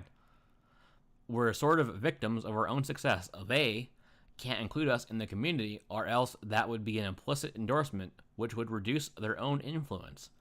And we don't have the time to be much of a Discord/social media presence, which leaves us in the current situation. They get to create whatever narrative they want in Discord land, and then people parrot it all over. So for me, this is a little bit of irony, just because like the exact thing they're accusing us of is just this propaganda they're putting out and this persecution complex that they seem that it's really frustrating because we want to engage, but it's this, hey, you guys are doing this just to keep us down because we're competing, and we talked about it earlier. Like it's just not how it is. Like this is clearly just not the way reality is, at least from our perspectives. And again, like, I think we do need to make it clear, like, this is the four of us talking. This is the four of us reaching out. I think we would just be plain old stupid to say that there's no reason for them to have that attitude. Yeah, they get black all the time. Yeah, so pretty much, yeah, you'll see people like myself, our Sholdice, our rep, will say, don't use AMR. Then you will see other people, they'll parrot that. They'll say, don't use AMR, it sucks. And they don't know why they're saying that. They just know that we said they shouldn't use it, so they're just parroting what we say. That is true. People do that. That creates a lot of tension for them, and I understand that. But the original point of the statements is based in fact, which we covered earlier. And the part for me on this, the part that really gets is they take that, people don't like them, and they extend it into this idea that we can't give them an implicit endorsement and it reduces our influence. And it's like, where does this come from? I don't understand this. What influence? Yeah, well, like we mentioned already, like there's no monetary benefit for us using SimCraft or raid bots. We use it because it's what we've always used as a starting point, and because it's effective. And because when we find things that are wrong, we can get them fixed. The people who do those tools are part of the community. Being part of the community is a very good step to make sure that your tool can be trusted. If you're not part of the community for whatever reasons, it's going to be harder. But we'll get more into that in a moment. But Yeah, because I would like to talk about like us genuinely trying to engage more people like in our community. That's why we're doing us for Rep Paladins. Low Rep Paladins in the big world. So this is just another post, pretty much a continuation, saying that we're in a situation where it's impossible to be accepted. If the other theory crafters accepted us, they'd implicitly be saying our advice is good, correct, and then people would generally prefer our site because it's nicer to use. So two things are, first, that's an opinion if you think your site's nicer to use. You think it's nicer to use because you made it. You're used to it. It's your comfort zone. For us, raid bots is our comfort zone. It's our comfort zone, so we use that. On top of the other reasons we discussed in the stream, where there's legitimate issues inside your simulator that cause us not to recommend it. I mean, this is the exact same as the previous one too. It's just the same message that they're trying to get out.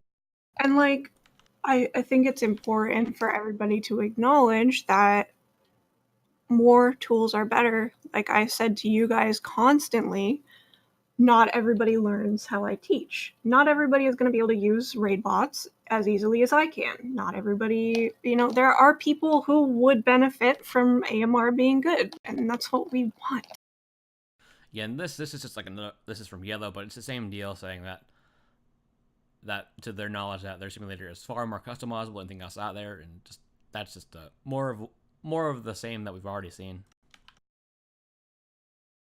And again, this is just a further expansion of Zeal. He's saying most of the other theory crafters are part of the top end mythic raiding scene. They really don't like having a competing source of information to their own theory, so they do whatever they can to persuade people to not use their website. Their tactics have no bounds, ranging from spreading flat-out lies to harassing people who use their website. It's all very middle school, but hey man, it's the internet. I'm not gonna. So I will say here, I can wanna I read the last line. chime in? Okay, go ahead. This allows them to further their propaganda machine that they have put together to squash any source of information that may provide alternate ideas. This is some like our conspiracy level. Like we are going down. It's what propaganda? Can I comment go on ahead. this as somebody who... I am not a top mythic raider. I am the humble GM of a humble retirement home. I will not see Jaina. I write for Wowhead. I wouldn't say I'm a theory crafter, but I have had theories that I have proven or disproven before. I'm not going to say I'm the opener person, but I did a lot of work on the opener stuff at the beginning of the expansion. I just like... all three of us, you, me, and Skelly, have both put a lot of time into openers. Because when I met Skelly, the first was over Christmas a couple years ago, just hashing out opener stuff over Discord. Yeah, I just want to say, like, I'm not part of this machine that they're describing. I'm honestly like just some fucking, I write well and I can prove my theories. I don't put anything in my guide that doesn't make sense to me that I haven't verified. And even if you are looking at people who are the top end mythic, that they're like, oh, they don't want to reduce their own blah blah blah whatever. If you're pushing for progression rankings, you don't want to be wrong. You want to have the best information you can have so that you can go into the game with them both. Like, you want to be able to push that ranking. And if you have shitty information and are operating on shitty assumptions, you're not going to perform as well. You're just not going to be able to push those top rankings that you want to do. Yeah. So like that argument just falls apart under its own weight. Yeah, and I'm neither of those things. I'm just a memer. I'm not a theory crafter. I don't like guides. I have no agenda here. I just want to get people to do better. Yes. And I'm not the top end mythic raider. Like, I run a guild that hasn't killed Jaina yet. Yeah, I mean, like, I just wanted to point out, like, I am objectively the machine that they're talking about. They've called out Wowhead more than once. I would love nothing more than to be able to work with you, you know? Yeah, one thing we're going to continue on, I mentioned earlier, like for the gift the Loa 2-piece bonus, that there's just no sort of acknowledgement unless you expand the gear and highlight your gear to see there's a 2-piece bonus that's being active. Like, if you look in their Discord, this is like the only reference to it. It's like, oh yeah, it's turned on. It adds to your stats directly, handled internally, which means not on the wiki. So again, it's just information that you don't have access to.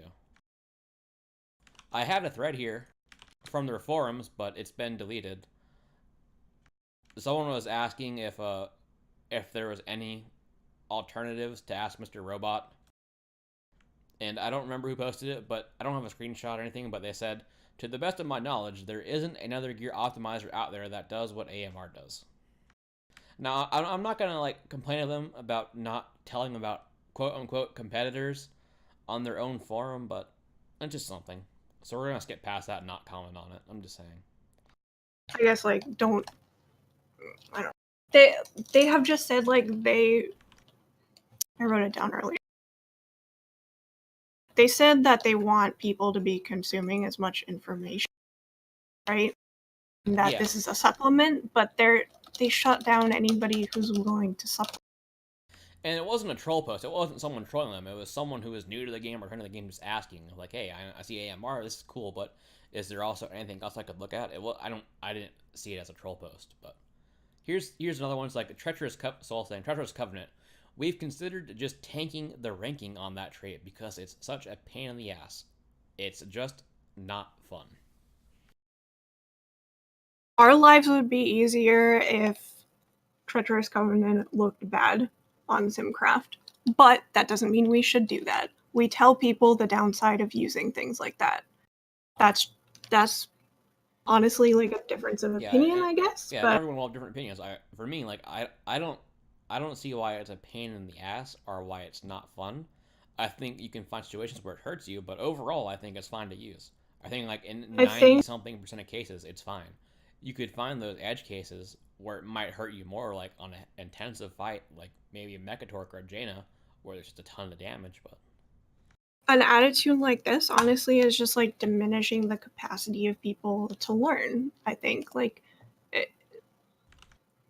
essentially, the way I read this is, why show people how it actually works because they're not going to be able to make the right decision on it. And like, plenty of people have that opinion. I think it's bullshit. I think anybody has the capacity to understand stuff like that if they want. Yeah, and like their job isn't to change the results, right? Like they're the simulator. Their job is to give you the data. It's a tool that gives you information. And so if they're going to go in and actively mess with that data, you can't really trust any of the data they're going to come out with. I mean, I understand this probably was just said, like, you know, in passing as a joke, like, oh my god, what a pain in the... But still, like, I think that's a dangerous void to look into. Yeah, so, like, if there was something to be... If they were to say to tank the ranking, when someone checked their gear, would there be an alert saying, hey, we have this item unranked. If you want to rank it, click here or not. Or would it just be gone and not be there? Like, that would be a great idea for them to pop up and be like, we have deemed this as a problematic thing, and here are the downsides of actually using this. I think that's a good idea. But you look at things like that, get to the Loa 2-piece, there's no indicator for that at all that it's on, so it makes you wonder, like, would they even do it? So, but here's another post. So the opinion is fine. It's just, you know, I think what he's saying is like obvious, and anybody could come around to that conclusion. You know, like we were talking earlier about trinkets and how they're ranked, and how there's a simulator, and then there's the statistical model. And here's just another example of that. Someone was asking about the trinket. It's like, yeah, I have a couple of forum threads about it. The simulator is correctly simulating everything, but the code we use to generate our predictive model is having a hard time with corrosive insanity, so it is getting undervalued.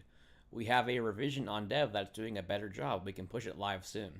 We are always working on these edge cases when we find them. So again, it's a case of where even when their sim is correct, their outer layer, their predictive model could be incorrect and cause you not to see things, either because they could potentially tank them themselves if they wanted to, or because something's wrong in their model. And if they do fix their model, like the biggest thing here is if something's fixed, you don't know unless you asked about it. Like one of the biggest takeaways here is that when something changes in SimCraft, because it's all on GitHub, there's commits. And generally all those commits have notes on them on what was changed, what was fixed.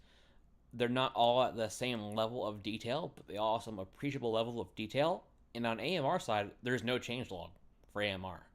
There's Even no if there's forum thread that even says if there's what's like changed. no detail with minimal like coding knowledge, you can see what was changed. Like you can see every single line of code that was changed. And I can't tell you the number of times somebody's asked me a question like, hey, is this implemented in SimC, or is this working in SimC, or did this hotfix? And I'm like, I don't know. Let me just hop over to the GitHub page and go look at the commits. And you're like, okay, right there, yes, it's in. And you can just tell whether or not that the Sims got the new information or not. Like, it's just so easy. Yeah, there's no like Discord top like channel that shows updates. There's nothing on their site that shows a change log. Like one of the things, if they take one thing from this video, if they do, is make a change log for every spec, and just in general. So when things do update and people start seeing new data or things that contradict what they've seen previously, they know why, and don't have to go out and ask why this is. Like earlier, I was showing my list of bugs. Like a lot of those were crossed off because they were fixed. I don't know when they were fixed. As far as I can tell, no one reported those bugs. There's no post about it on the forums. There's no post on Discord. They just happened to find it at some point, and I'm assuming they found those bugs when they did blog reviews for their guides. And like, congrats to them. That's a good job. I'm glad a lot of the stuff is getting fixed. It was kudos. Just got a couple more of these. This one's from Zuper. This is again where we're saying the entire wiki is open source. The code that compiles isn't, but the wiki is what runs the simulations, if that makes sense. So everything you see on the wiki is what's simulated, which again, we talked about that, so we're not going to go into it.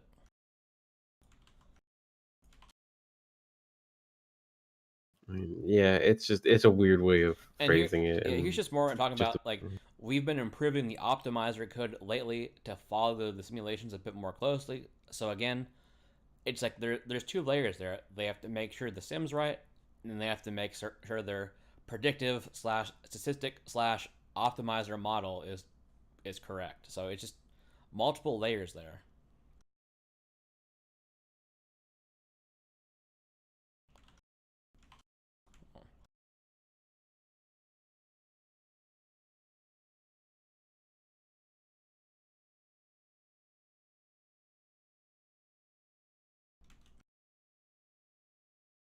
And we have one final one here. This one was clearly a joke, I want to say, but this is kind of just, I feel it wraps up the situation perfectly.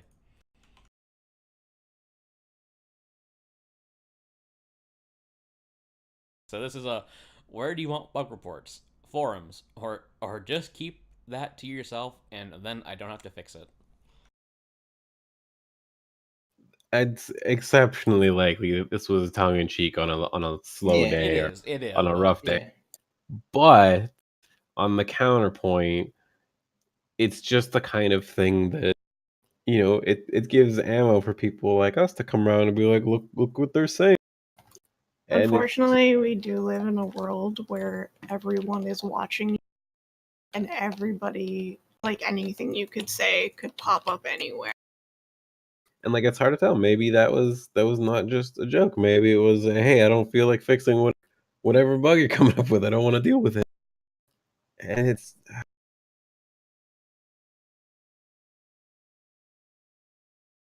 yeah. Rough. So this was the last of our pictures and our adventures. So this is where we're gonna move on to the wrap up. I'm gonna let Reb say whatever comment she has because I know she's running on low amount of time here. I'm calling you out. Oh. I guess I'll start by saying, like, if anybody does end up watching this from AMR, like, my DMs is open in Discord. I am more than willing to talk. Like, I know that we're just a couple people in the giant shit fest that you guys have to deal with. And I don't know. I want us all to be happy, and there's no reason for all of this. I'm sure the animosity that you guys experience like causes you a significant amount of, and if we can do anything to kind of help alleviate that, that would be nice. To follow out, I guess, if you don't mind me Yeah, you go jumping in. next. That's fine. I think one of the big things that I wanted to get out of this was to say, hey, we get it. There's a lot of shit from both sides of this, and we would like to extend the olive branch and say, if you want to talk to us, if you want to, try and open a dialogue or try and mend some of the community rift that we've got going here. Again, speaking only for those of us that are in the chat right now, because I can't speak for the other people. We're open. You can come talk to us. You can come, spend some time trying to figure out things with those of us here. We're here to help. We're not gonna. Well, I mean, if you've heard some of what we said before, we're trying to advocate for people being nicer about it and not jumping down people's throats for things that may or may not work. So like we're here, we want to work with you, not against you. It makes our lives easier. It would hopefully make your lives easier too. So please, like, reach out to us if you want to talk, if you want to try and do something with this. To go full circle to what was said at the start, it's just no one benefits from the current situation, and we just want to change it. That's all. Yeah. And like if we can be your line of communication or just like another opinion or whatever, I think all of us would be willing. All four of us would be willing to at least talk. I don't know. Yeah, so that is the gist of it here. Like no one in the community, or we don't get any benefit from recommending or not recommending AMR. If we recommend AMR, what it does, it will limit the amount of times we have to tell people to, hey, you said you're using AMR, you shouldn't use that because of this reason. It means we can cut that out of the conversation, and we can avoid any conflict in general that AMR might have. We can avoid situations where we have to like talk about why something is not good or inferior or whatever words you want to use, which doesn't feel good. No one likes doing that. At least none of us do. Yeah. It happens. We have to bring it up. I mean, even if we were cut that evil out. people, at the end of the day, that takes time out of our day. That it takes effort to do that. So even if we were evil monsters, we don't benefit from you being bad. Yeah. And again, like, But we are willing to put some of that time to work on stuff like this. Like if you guys need help with SimC and you want to, ask questions about it too, like that's time that we are willing to spend on helping people in the community. But we're not going to go willy-nilly spend our time to just go and stir up shit, I think is the point you're trying to get. Yeah. And it's like again, like us four in the chat, like I'll give you guys our Discord tags so you can message us, because to let everyone know here what my plan is I'm gonna write up a little summary. I plan on making a thread on the AMR forums about that. We do have some issues. Here are some of the issues that we have, but at the same time, we're not here to try to be mean or to pick on you or to mock you or anything. We would like to try to work to resolve towards these issues and see if they're willing to work with us, to see if we're able to meet on some level. And at the very least have like some sort of a ceasefire where both parties feel like we can talk to each other when there's an issue. Like, you shouldn't be afraid to go into the Simcraft Discord and ask how to change your food. You should have somebody that will answer that without noticing who you are and shitting. And if that's all we can be, then fine. If you don't mind, like I did before I wanted to go, like just kind of talk about, like, I think we have more common ground than they think we do. Like, the big thing is, like, guides should offer more choices. That's what we want. We don't want anybody to just look at a sim and say, this is what I like. We agree on some really big points, like the rotations. Like, players need to be focusing more on that and less on which ring is an up. At the end of the day, that's not the important thing. Like, our values, us four, and the values of Ask Mr. Robot are the same. So I think it's important to at least point that out. Yeah, and again, I want to say that we don't condone any sort of like harassment or whatnot towards Ask Mr. Robot. You shouldn't join their Discord and troll them because of this stream. You shouldn't go on their forums and troll them. If Ask Mr. Robot releases an article that you want to respond to, you want to talk to them, that's your own prerogative to do that. But like I said, I'm gonna make this post here on the forums and talk about it. Since I know there was a couple others skeptical here, like if you have similar experiences, I would say, and you're also willing to have some sort of olive branch, if you can work with them in some capacity, if you want to comment on the thread I make, that's fine. But if your only purpose is to go in there and troll or do something, just don't do it at all. Just don't bother. Just imagine this has never happened, but this is us as 4 Rets trying to do something. Yeah. And that's it. Make the internet a better place. Mm-hmm. But yeah, that's all I had for now. So to close it out here, I will have this on YouTube. This is definitely our longest stream, and I don't see a reason why we would ever have a stream this long again, but who knows. So it has been going on for 3 hours and 46 minutes, surprisingly. As a European person, please let me go to bed. Yeah, just go to bed, Stone. I'm just closing it out here, so. Yeah, release me from this. Yeah, so we do have a prop stream that will be this weekend. It's not this It's weekend, also going to be 4 hours long. Next Saturday.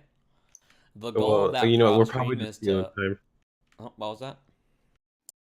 I was just saying the extra time that we have from today is just time that we've been taking from the prop stream that happened to.